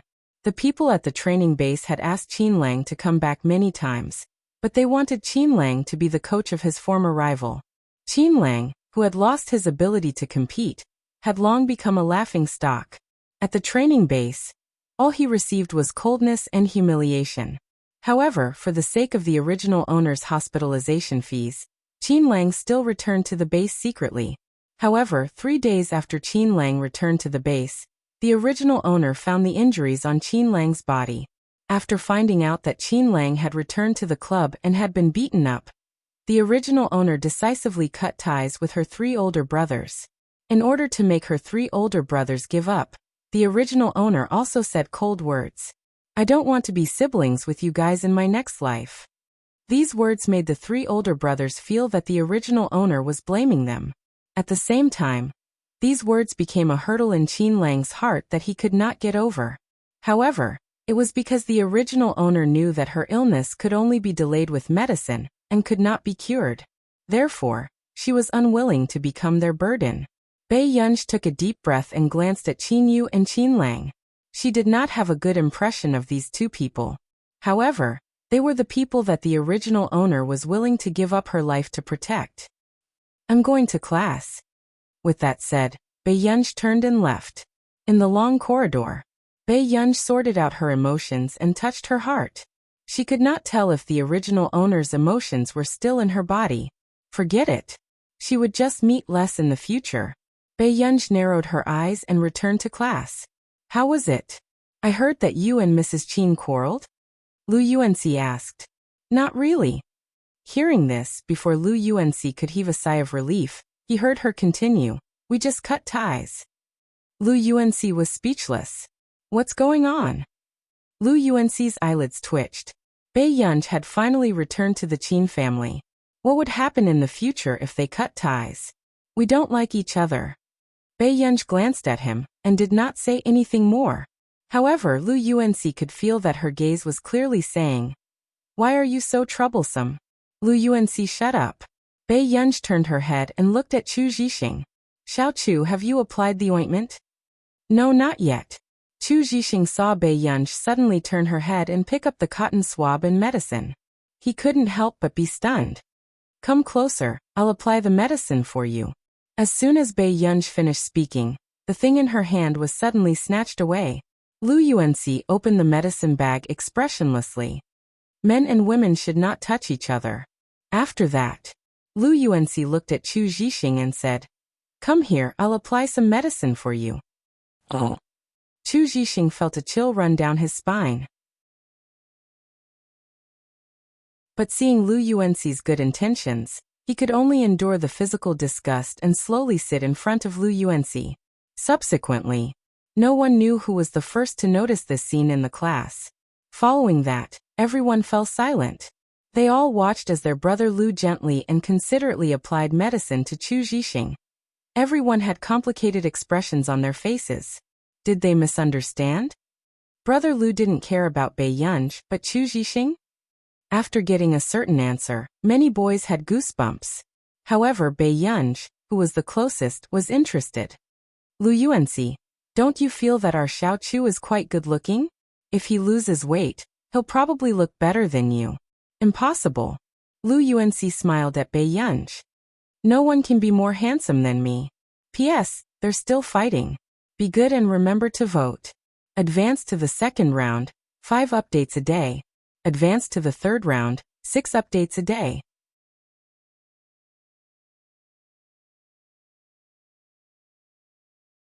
Chapter 128. Before Bei Yunj could speak, Chu Zhixing retorted, Student Pei's brother is very handsome. Are you talking about Qin Yu? Lu Yuanxi asked. Chu Zhixing shook his head.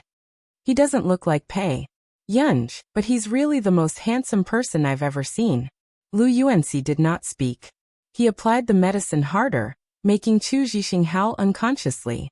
It hurts, it hurts. Be gentler. When the surrounding students heard this, they didn't want to look at the 2 boys anymore. Only Bei Yunj gave Chu Zhixing a look of appreciation. Bei Yunj rested her cheek on one hand and said with a smile, My brother is indeed good-looking. The first thing she saw was her sexual orientation. After school. In the car. Qin Youjiao hugged Mrs. Qin's arm and whined. Mom, can you ask second brother not to pursue that thread? What's wrong? In the morning, Mrs. Qin felt that Qin Youjiao cared a lot about the forum. That thread was posted by my friend. She might have wanted to stand up for me and didn't think too much. Qin Youjiao looked sad and her eyes were red. Mom, I don't want my friend to be sued by second brother, nor do I want the people I care about to be hurt. Hearing this, Mrs. Qin's heart softened. She patted Qin Youjiao's back lovingly and comforted her. Mom knows that Jiao Jiao is the kindest and filial. Mom will think of a way to deal with this. She paused. In the future, don't let your friend have anything to do with Bei Yunj. Qin Youjiao clenched her fists instinctively. Mom, your heart aches for her? She's my biological daughter after all. I've let her down. She took a deep breath and said calmly, However, in Mom's heart, Jiao Jiao is still the most important. 2 years ago, when Bei Yunj returned to the Qin family, and old Master Qin planned to send Qin Youjiao away, Mrs. Qin already knew that she could not treat Bei Yunj as her biological daughter. In fact, because of Qin Youjiao, Mrs. Qin even developed disgust and hostility towards Bei Yunj. If even she didn't protect Jiao Jiao, would Jiao Jiao still have a place in the Qin family? As long as Mom likes Jiao Jiao the most, it's fine. Jiao Jiao doesn't care about the others anymore. Qin Youjiao hugged Mrs. Qin and said in a muffled voice. Mother Qin smiled helplessly. How can Mommy not like you? You're the child that I've loved for 19 years. 6:30 p.m. There was a heated discussion on the internet. The reason was that Mrs. Qin of the Qin Corporation had announced that she would cut off all ties with her mother. Mrs. Qin, thank you for your concern. I also have something to announce today. From now on, I Tong Yueying and Bei Yunj are no longer mother and daughter. As soon as the statement was released, everyone exploded. They really broke off their relationship? The rumor was actually true. I didn't expect Bei Yunj to be Mrs. Qin's biological daughter. It's such a pity that they broke off their relationship. Bei Yunj must be regretting it. Now there's only one daughter left in the Qin family. She'll be doted on by everyone. To be honest, Qin Youjiao is more like a noble socialite to begin with. Can someone compare to her? Madam Qin did not do anything wrong. Madam Qin, don't be sad. You still have our Jiao Jiao, cute. What kind of trashy world is this? She doesn't want her biological daughter and there are people rushing to lick her boots? Among them, there were also strange comments. F***ck, these words can actually be used. She hasn't even been banned.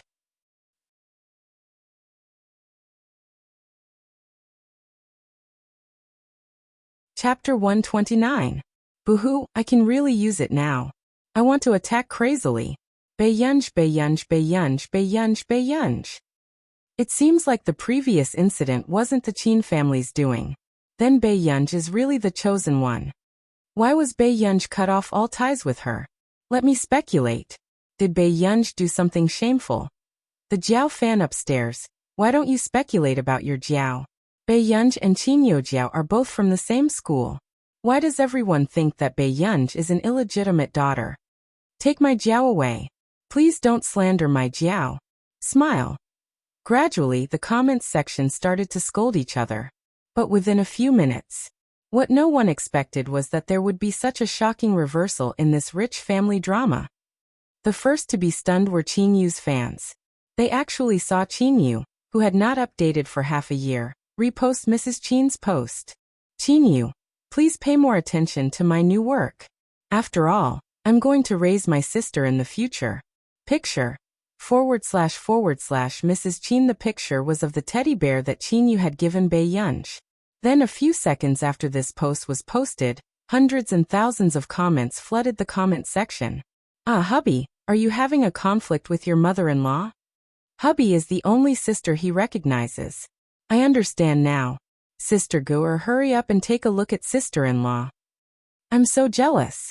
This D*MN man really gave the teddy bear to Sister Guer. Among them, there were also passers-by who asked questions. Aren't you afraid that the Qin family will cut ties with you? Soon Qin Yu replied. Qin Yu? I cut ties with you when I was 18. Thank you.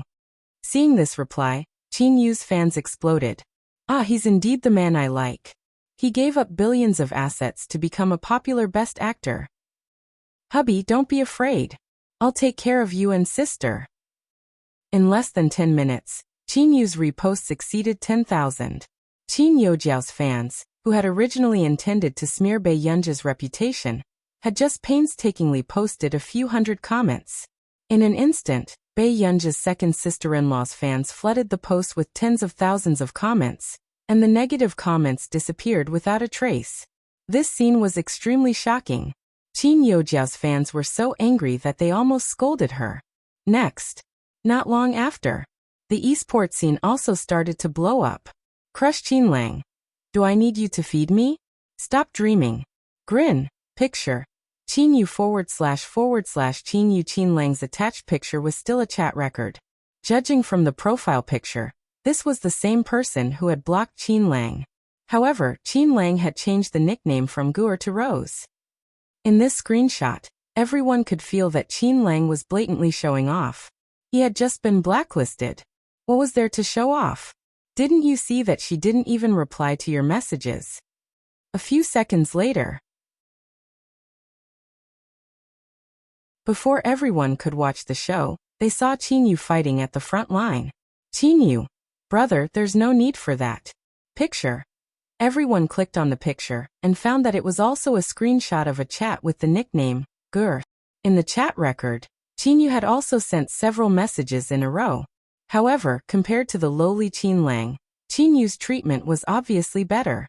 Gur, are you going to play with second brother this weekend? Second brother has prepared a lot of food and toys. Obedient. Jigi Claw. JPG. Gur. About half an hour later, the other party replied.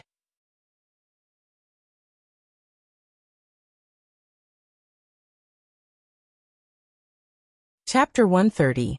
In front of the computer, Qinlang, who had been very smug just now, froze after seeing the screenshot of Qin Yu's chat.